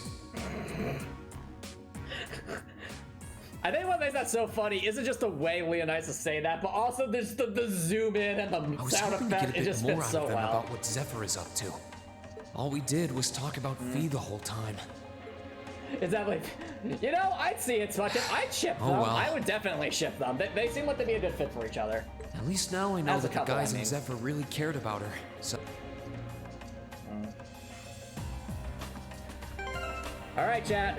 Well, looks like we'll get to see what I'm assuming is Elise, unless it's someone else. But I'm just guessing it'll be Elise. But I think I'll take a little break before we do that, chat. So don't go worry, guys. I will be right back.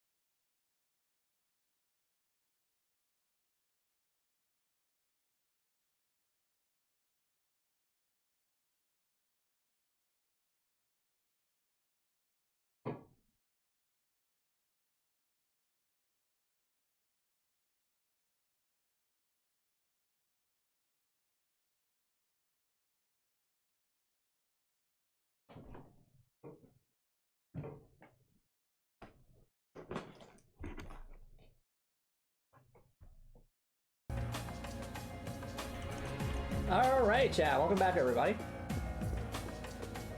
Oh, welcome back, Dr. Nicholson.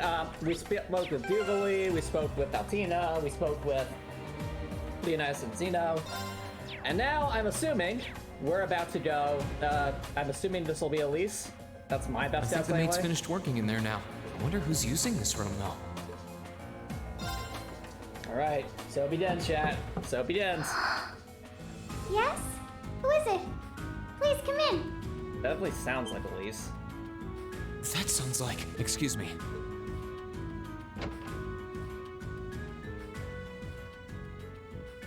Elise? Elise? No! No! No! No! Why are you streaming?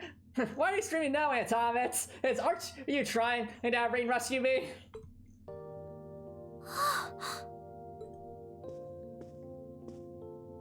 I had a feeling it was you, but I didn't dare to hope.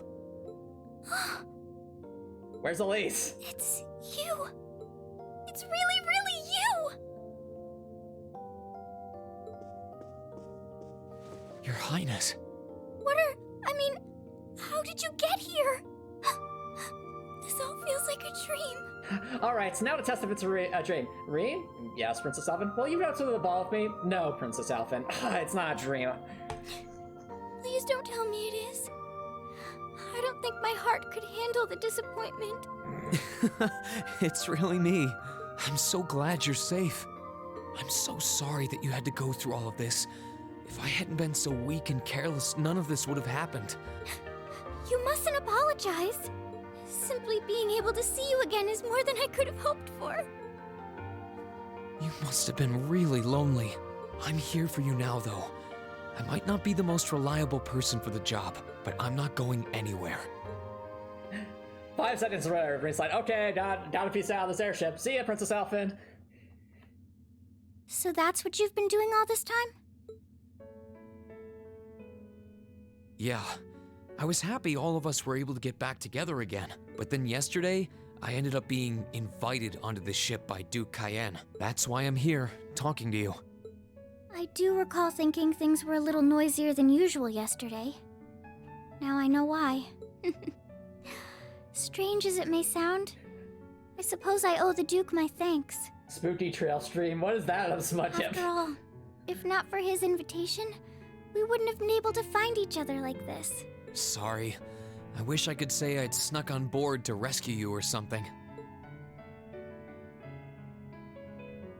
Incidentally, I hesitate to ask, but... You want to know where Elise is, right? Yes, I want to know that too. She's not on this ship, I'm afraid. No! I can't say for sure, but I believe she's been taken to the same place as my parents. No. Really? I'm sure it isn't news to you that my mother, father, and Cedric have been imprisoned somewhere.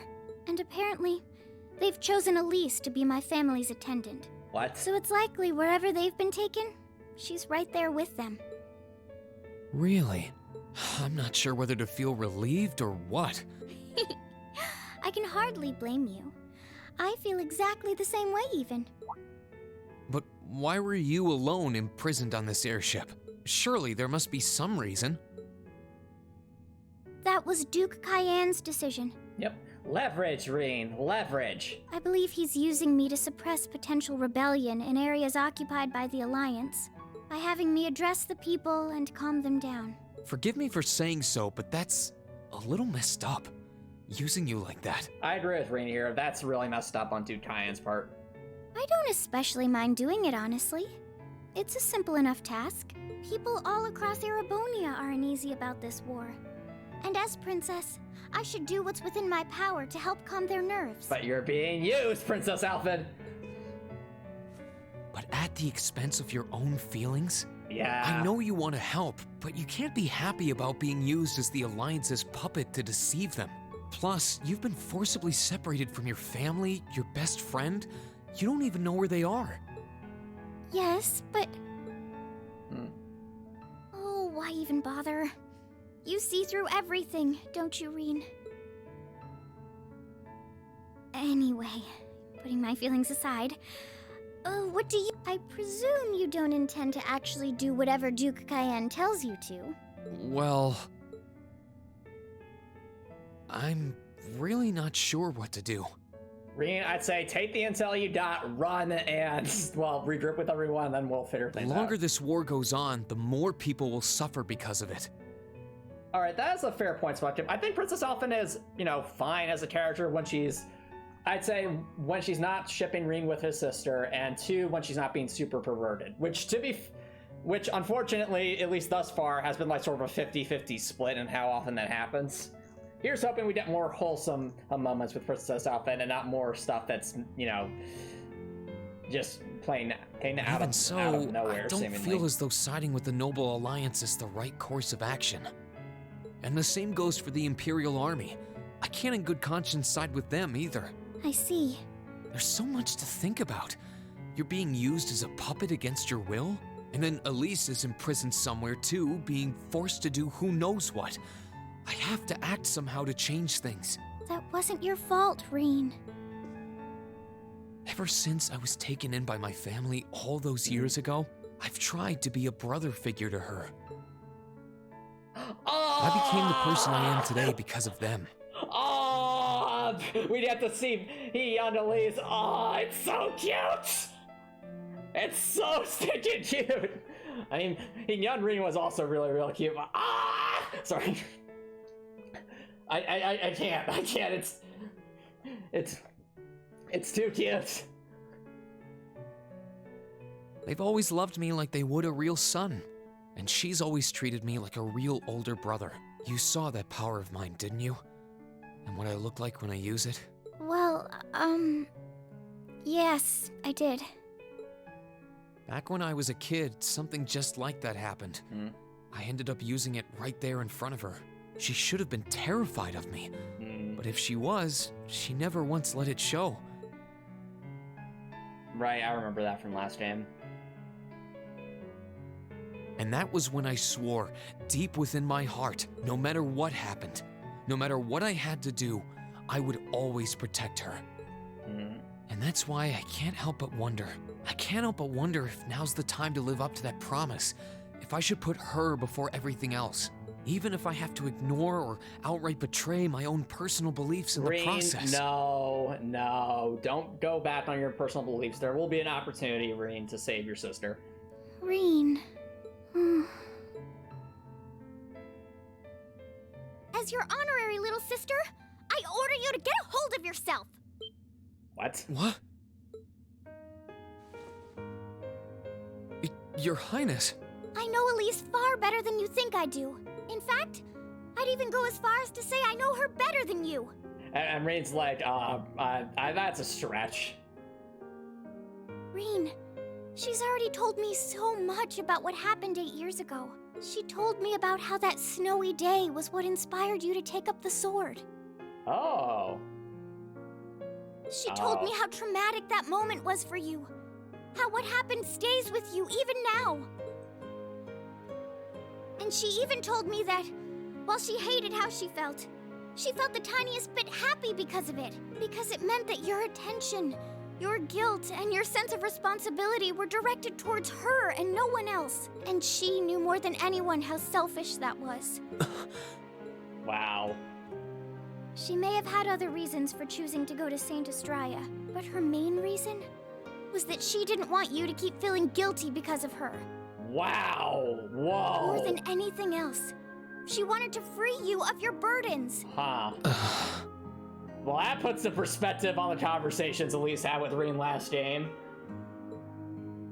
You should know, when you joined Thor's and were making new friends, and you finally seemed to be moving forward, she felt a little jealous, and even a little lonely at being left behind. But she was so very, very happy for you too. So please, Reen, please don't use Elise to justify not choosing your place in this war. Wow. Because I know for a fact, she wants you, of all people, to carve your own path and find true happiness. I'm astounded at how amazing Princess Elfin's being in this scene. And also, this is some amazing still art imagery. I really, really enjoy this.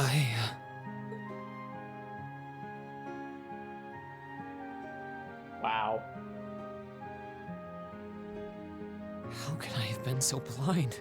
All this time I thought I was trying to protect her, and it's been the other way around since the start.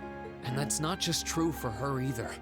Mom, Dad, Master Ka-Fi, all my friends at Thor's, they've been supporting me this whole time. How could I have missed something so obvious? True. I think I finally understand what I've been lacking inside of me all this time. I was so focused on trying to protect others, I never stopped to think about how relationships go both ways. Wow, that's actually a good point for Rain. Others try to support me just like I try to support them, and I have as much of an effect on them as they do on me. How did I not realize before now? I'm sorry, Master. I think you gave me that intermediate scroll a bit too soon.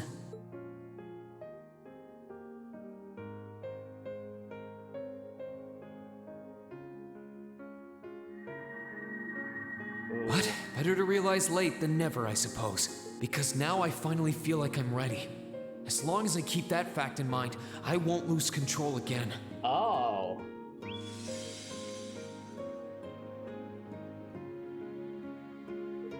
Reen has attained a new state of mind. He is now ready to use a new craft, Spirit Unification, when the time comes. Does that let him just go into like that Super Saiyan mode where he has like twice as much health?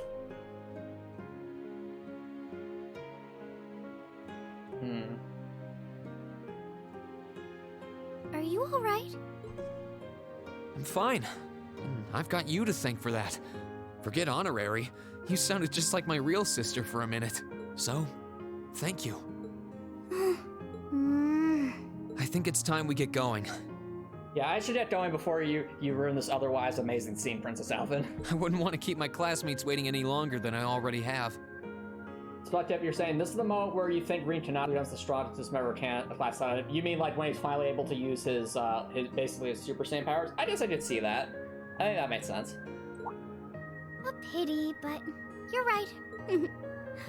I was rather hoping we could stay like this a little while longer. But I suppose all good things have to come to an end. Okay. Take care of yourself, Reen. I'll leave Elisa's rescue to you. No matter what it takes, please. Why are you shaking your head? I said it's time we get going, didn't I? Oh, Reed's gonna wait to help and Steve. Yes! I'm all for this. There's no way I'm leaving my sister's best friend imprisoned in a place like this. I will get the two of us off this ship. So stay close to me. So it's all gonna come back to that air vent we saw earlier, isn't it? I hope it does. Right!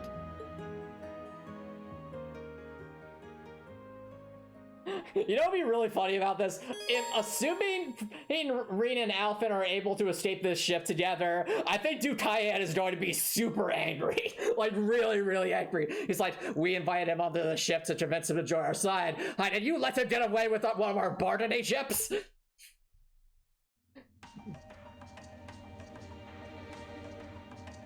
So, do you have an escape plan? And Reen's like, well, there was that one air vent. I mean, a real escape plan, Reen. We can't use cardboard boxes. No. Reen! Valimar, the Ashen Knight, is on the deck. He's chained up there. But if we can get to him, I'm sure we can find some way to use him to get away from here. Specifically, the spirit ring. First, though, we need to find a way to get out of this part of the ship without anyone noticing. Air vents. Alright then. I never imagined I'd be running away from here with you at my side. Elise is going to be so envious. Alphen, don't ruin it! Don't ruin it! Anyway, let's get going. You were doing so well! Though, to be fair, that was relatively mild even by Alphen standards, and also... Oh dear, she's level 60, she's so underleveled, no! I mean, I guess it makes sense. Elise was also underleveled compared to us, but... What can you do? What? You're telling me you...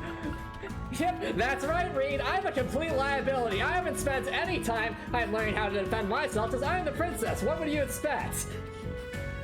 She literally has nothing. She has nothing. Why? Why? It's my turn. Why? Princess Alphen, why?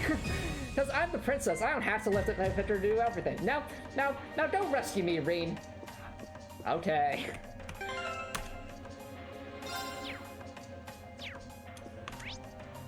Is there anything else in here?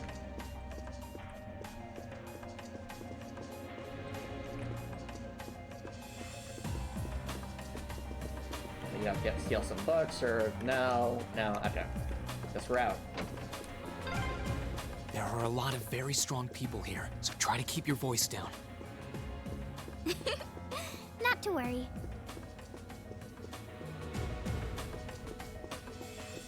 Not that really realistically did anything, but we'll at least attempt. Oh, I think I recognize that character, that maid right there.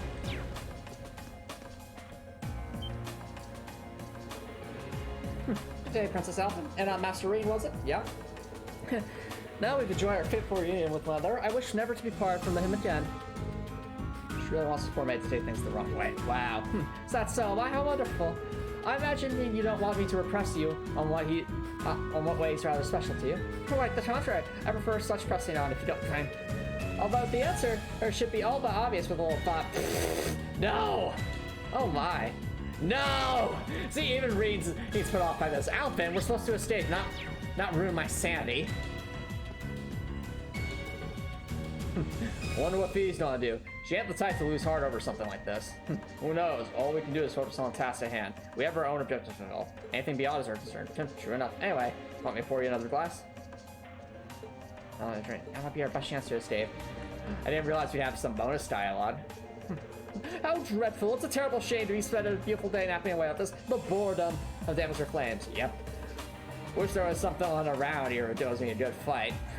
It's not often one gets to hear me complain, number one. Perhaps savoring a glass of wine while we're in the chaos below would quench your thirst for battle. You never change. Enforcers.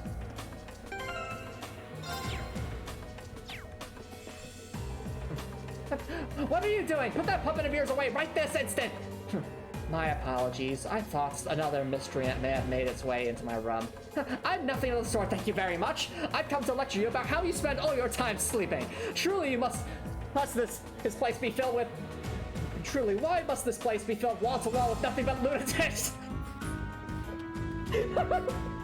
Jubilee has amazing lines. If you'll forgive me for asking, might you be counting yourself among the aforementioned lunatics? I think they're arguing about something. Yeah, let's go before they realize we're here. Oh, that's amazing. Most Allen doesn't appear to be on anyone's side. Amazing. Amazing. Would you like a cup of tea, V? I've got everything else to make that. No, I'm good. C's taking a nap, though. Oh, that's a shame. All right. This is our room. I don't think had any chests or any collectibles. I don't think.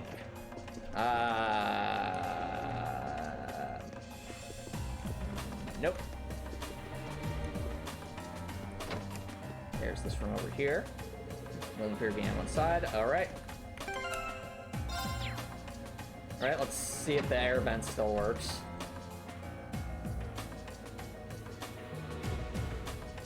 Thought so. It's a vent. Well, that's convenient. Might it lead to somewhere else on the ship, you think? Most likely. I can't very well ask a princess to crawl through a vent. Nonsense, Reen. Of course you can. I'm ready to begin our great escape. But it's going to be all dark inside. And probably filthy, too. A little bit of darkness and dirt never hurt anyone. I had to travel through some fairly narrow underground passages when escaping from Heimdall, too. All right? How about I go first? I'm smaller than you, after all. No, do not go first, Princess Alpha. No. No. No, definitely not. Thank you, Reen. Thank you. Well, as long as you're all right with it. But I'll be going first. Like I said before, just stay close to me. All right, then. You'd think a princess would be more mindful when she's wearing a dress. But Reen, that's exactly why I suggested going first. And Reen's like, and that's what I was afraid of. I'm surprised. It's Maybe not dirty it's because at all the ship's in here. newly built? Oh, I also hear like the robot theme. Oh, there's a corner. We We must be past the guest area then.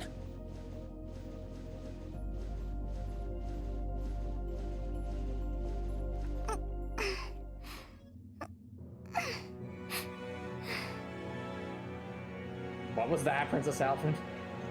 Sorry, just tired is all. Looks like we're in the clear for that part of the ship at least. My, that was intense.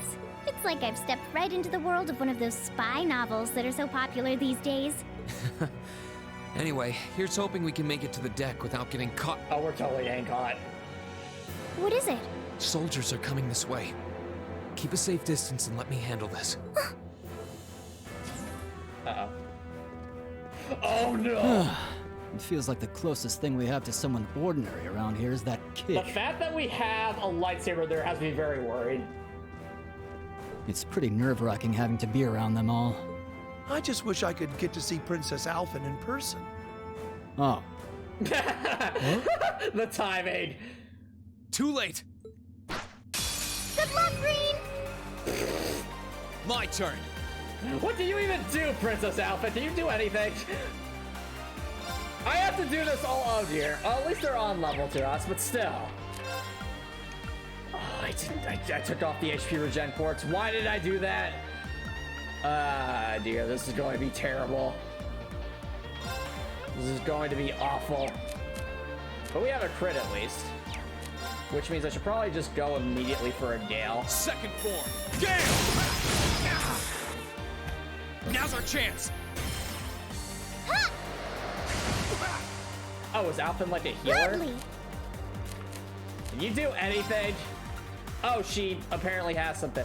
She has Seraphic Ring? Ooh, okay. Okay. Oh, she has arts, okay. Yes, insight worked. Insight did not work! Gladly! Insight did not work! Recovery all.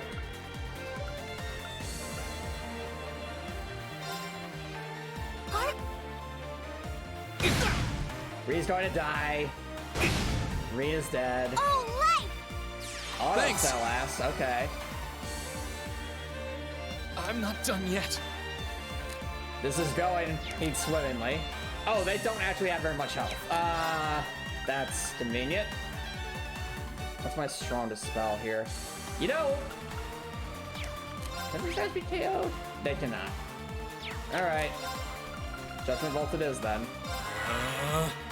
I'm also realizing Elise isn't going to be able to heal him. Yeah!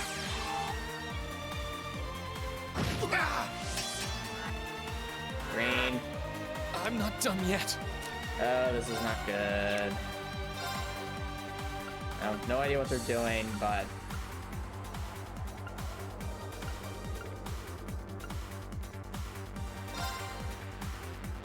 Burn to ash. Fall!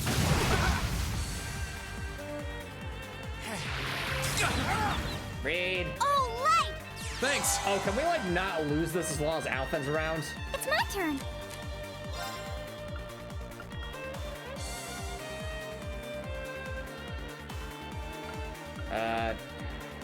I think using this will honestly be very useful. Huh. Oh, they can heal too. Well, that's annoying. Thanks. Ow. I see a crit. Let's move.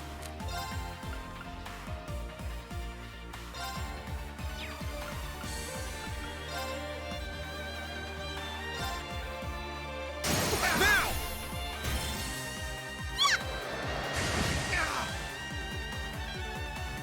Right!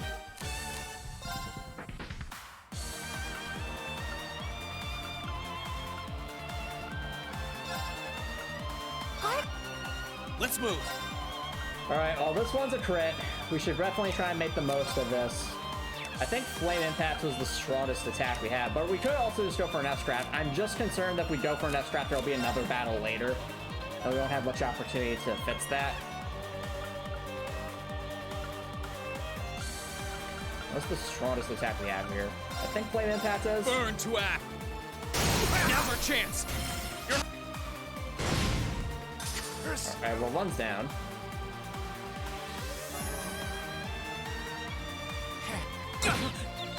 It's my turn. Look at those stats.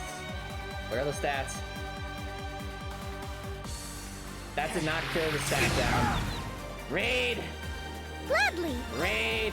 Get up! I thought that would... Oh, it doesn't cure, like, stats of pets. I see. Raid!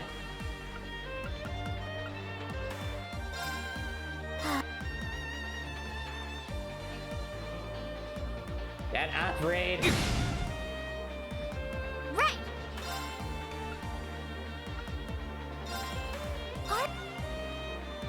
Thanks. Okay, good. He Let's missed. move.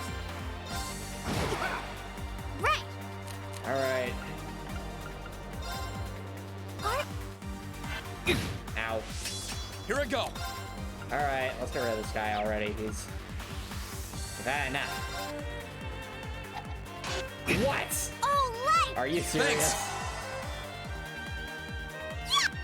Thanks. My turn.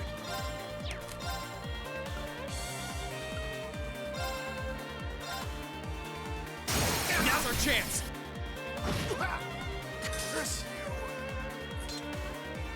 Oh, Reen, my hero. Thank you, Your Highness. Okay.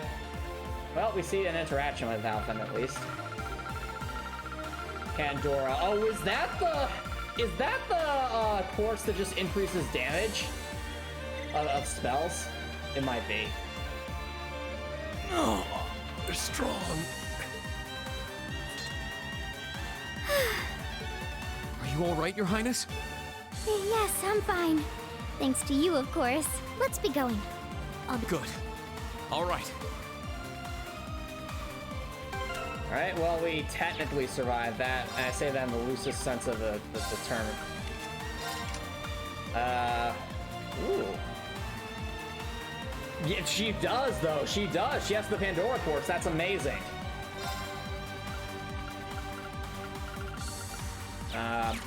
But I have the feeling that the fact that we can't change that, at least we believe Princess Alpha might not be sticking around, so I'm scared. Where is it? No S-Craft, though.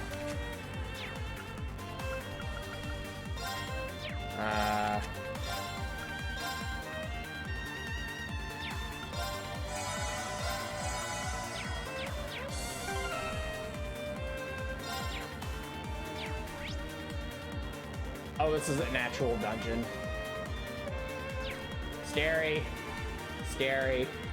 Scary is probably gonna be a tough boss battle at the end of this. Oh, Alpha can't even attack. Here we go. I realized something. So, like, I'm one clicking here. Right. And Alpha's doing literally nothing. Let's move. Alright. Well, since we have Ring, we should probably at least rethink some of his, Oh, actually, no, we gave him Thor for a reason. We thought that'd be pretty good on him. But then, Megalith. Megalith would give us Earth Pulse, which would have been really good, though. The decisions. I mean, the amount of HP recovering from Thor isn't that good at the moment, though.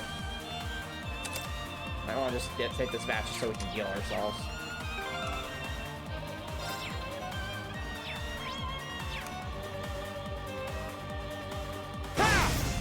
Now's our chance. My turn. All right, Rain. Go for a Gale. Hit them all. Right.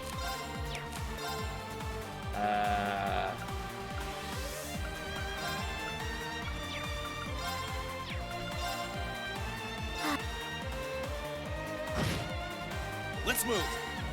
Alright, I think a Flame Tongue will hit them all, so not quite. Do I have anything I can just move, like Grand Press? Yeah, Grand Press. Are they weak to that, though?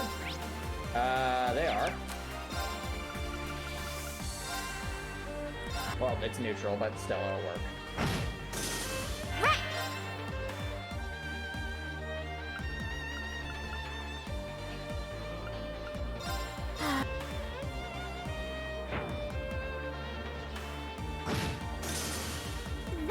things up in a neat little bow.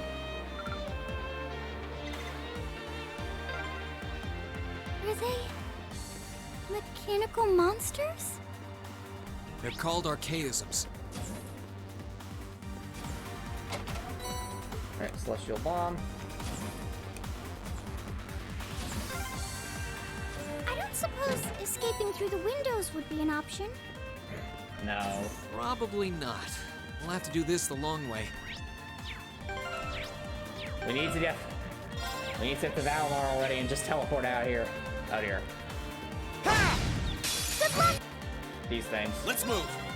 They have a lot of health. Where are they weak to? They do not like Earth, actually, so I also see a dodgo, so that's scary. I'll hit them all. It's my turn.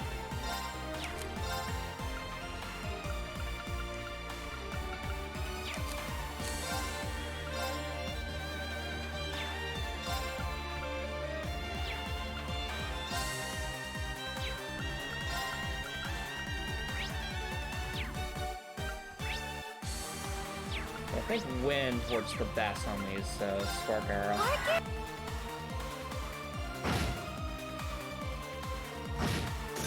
Ooh, that damage though. Nice.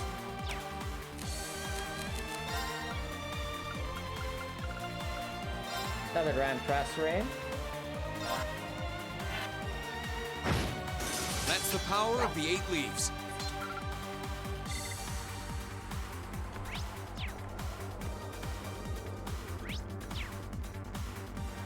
What's happening? There they are! Recover the princess! Not more soldiers. No. No. 2 soldiers, 1 military monster. Stay back, please. Right. Good luck, Green! My turn. Well, unfortunately, we're really low on EP. Half tempted to just go for an S-Craft.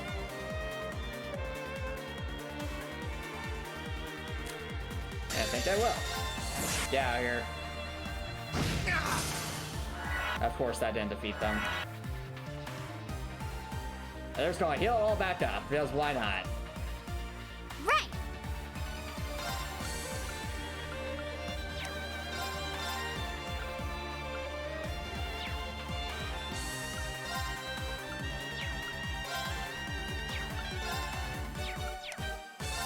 What are these things weak to anyway? Oh, it's neutral everything.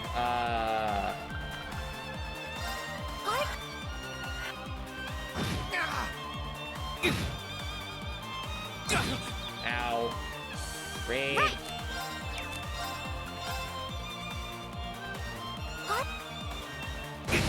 Sorry, everyone. What? Actual game over. Okay. Okay, then. Enemy sighted. My turn. So, probably what I should have done is motivate ourselves to increase our strength, then go for the S-Craft spam. All right.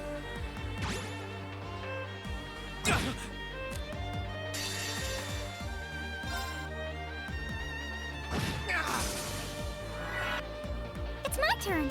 All right.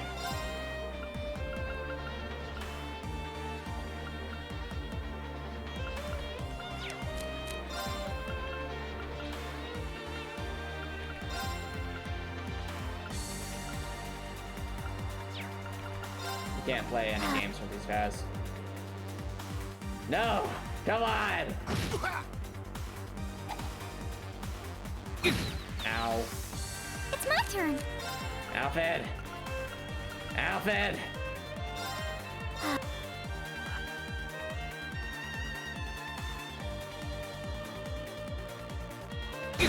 Ow. Gladly.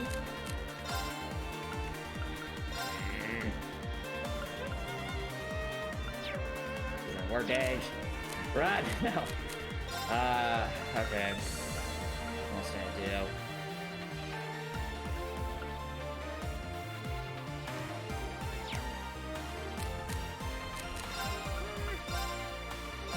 Oh, Rain's dead, so let's... Oh, they can even... It's my turn. I think we gotta rethink our strategy. They just literally healed up everything we did. Well, almost everything we did. I'm sorry. Green's dead again. Ow.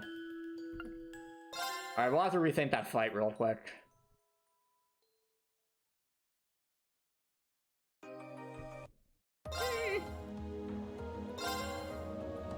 Oh, well, it seems the title screen changed at least. Alright, so... we already kind of know what to expect from that thing. I think... we'll just sneak on past. So we actually have some EP to use. And in terms of ordnance, what else? So the HP regen isn't really helping us here.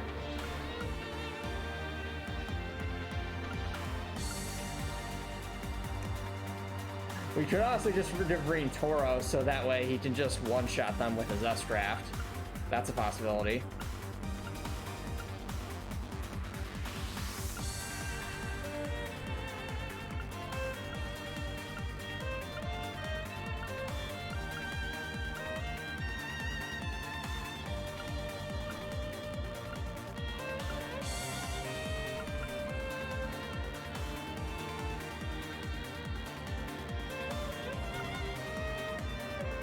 Or we could use Angel, that might help.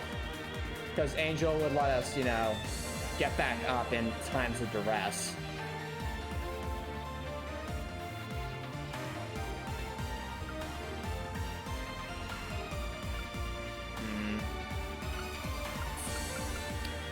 Honestly, let's try Angel. Also, in terms of what we'll actually use,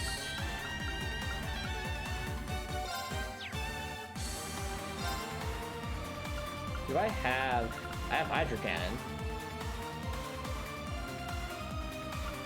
That's usually a good one.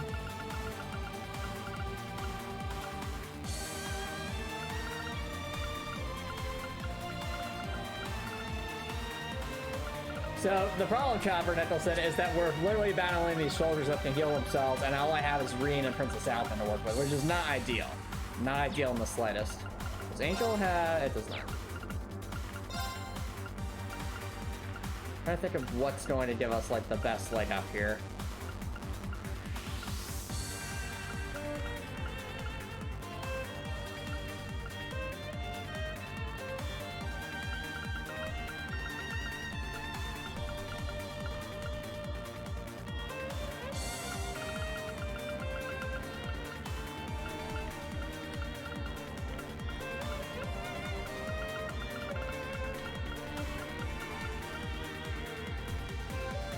Also, it doesn't help that we can't, we have Green Dark Mare, and what we could get...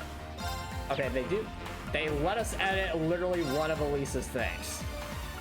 Or sorry, not Elisa's, of Alphen's things. So I think what we give Alphen is Saintly Force. So that way we're buffing Reen in some capacity.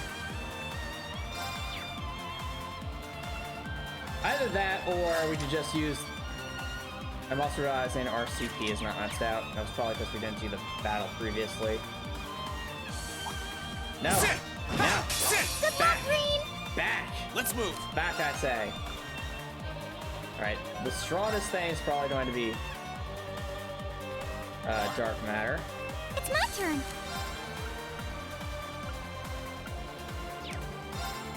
Alphen, hit these things with a spark arrow. Ow.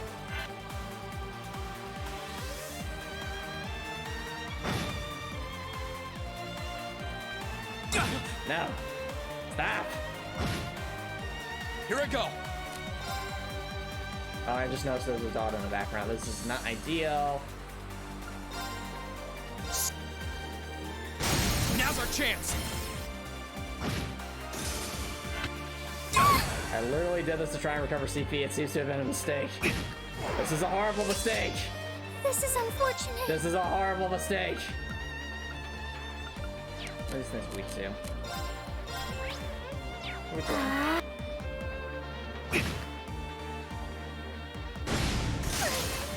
So sorry. What? I'm not done yet. What happened to Alfred?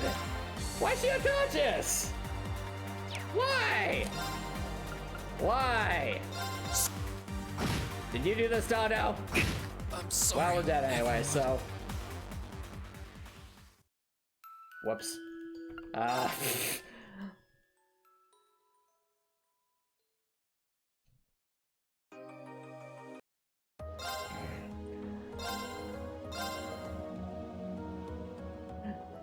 So, I think that was actually 3 deaths, so let me add those up.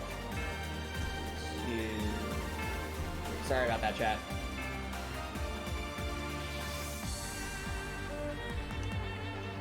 Alright. I just wanted to get some CP back, but I'm guessing that, yeah, the enemy's rotating. Okay. No! Go away! Go away! Okay. Ha! Stop! Stop! There we go. I just want to recover CP. Is that too much to ask? It's my turn.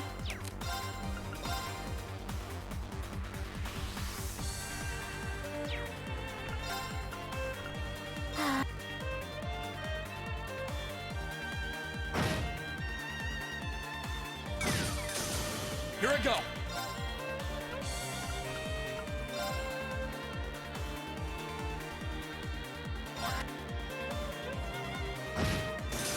Gladly.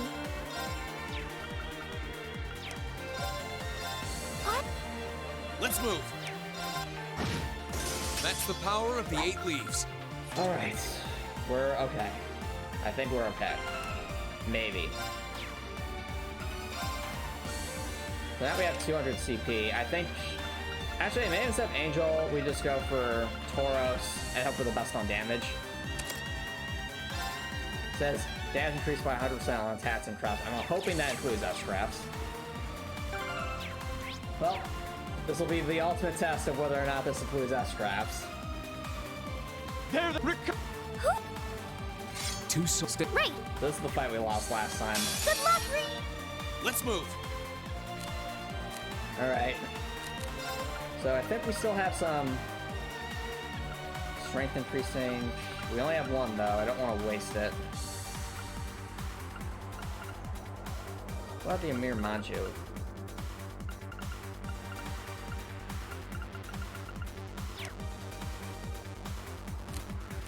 All right. Just motivate and go for it. All right, let's do this. I hope the Tauros Force works the way I think it does. Oh, it totally does. It totally does. We'll cut our own path. I'll have to level up. That went well. I'm shocked how skilled you are with arts. You are? You're so sweet. All right. Fully unconscious. Fully unconscious. All right. We're hanging in there.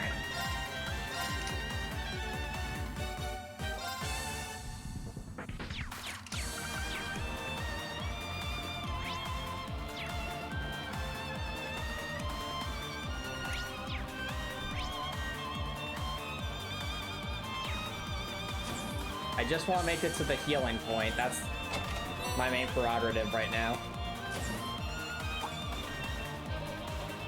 It's even in there. It's probably just one of those,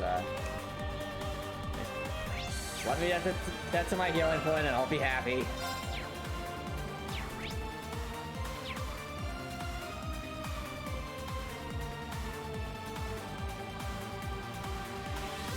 No. Nope. Now's our... My turn. Right.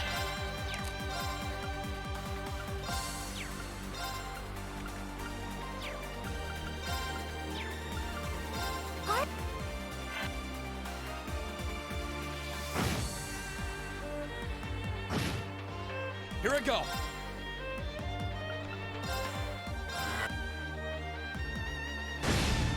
That's the power of the 8 leaves. I'll say that critical hit can even clutch, so that's good. Alright, please just let us go, like, past this hallway to the healing point. Oh, look! A staircase! Hopefully this will lead to the deck. I'm guessing this probably leads to the bridge and not the... Yeah, no, it says interior 3. I'm guessing this probably just leads to the bridge.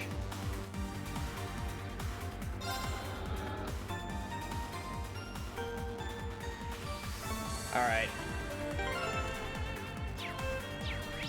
So, do the enemies respawn? Okay, they do. They do.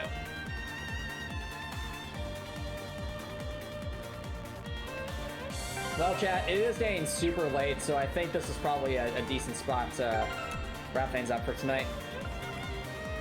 So, if you're watching this on Twitch, feel free to stick around for a raid. But if you're watching this on YouTube and you like what you saw, please consider subscribing on YouTube. If you're subscribing on YouTube, you can always change your mind later and support the show support. If you're watching on YouTube, I hope you have an awesome night.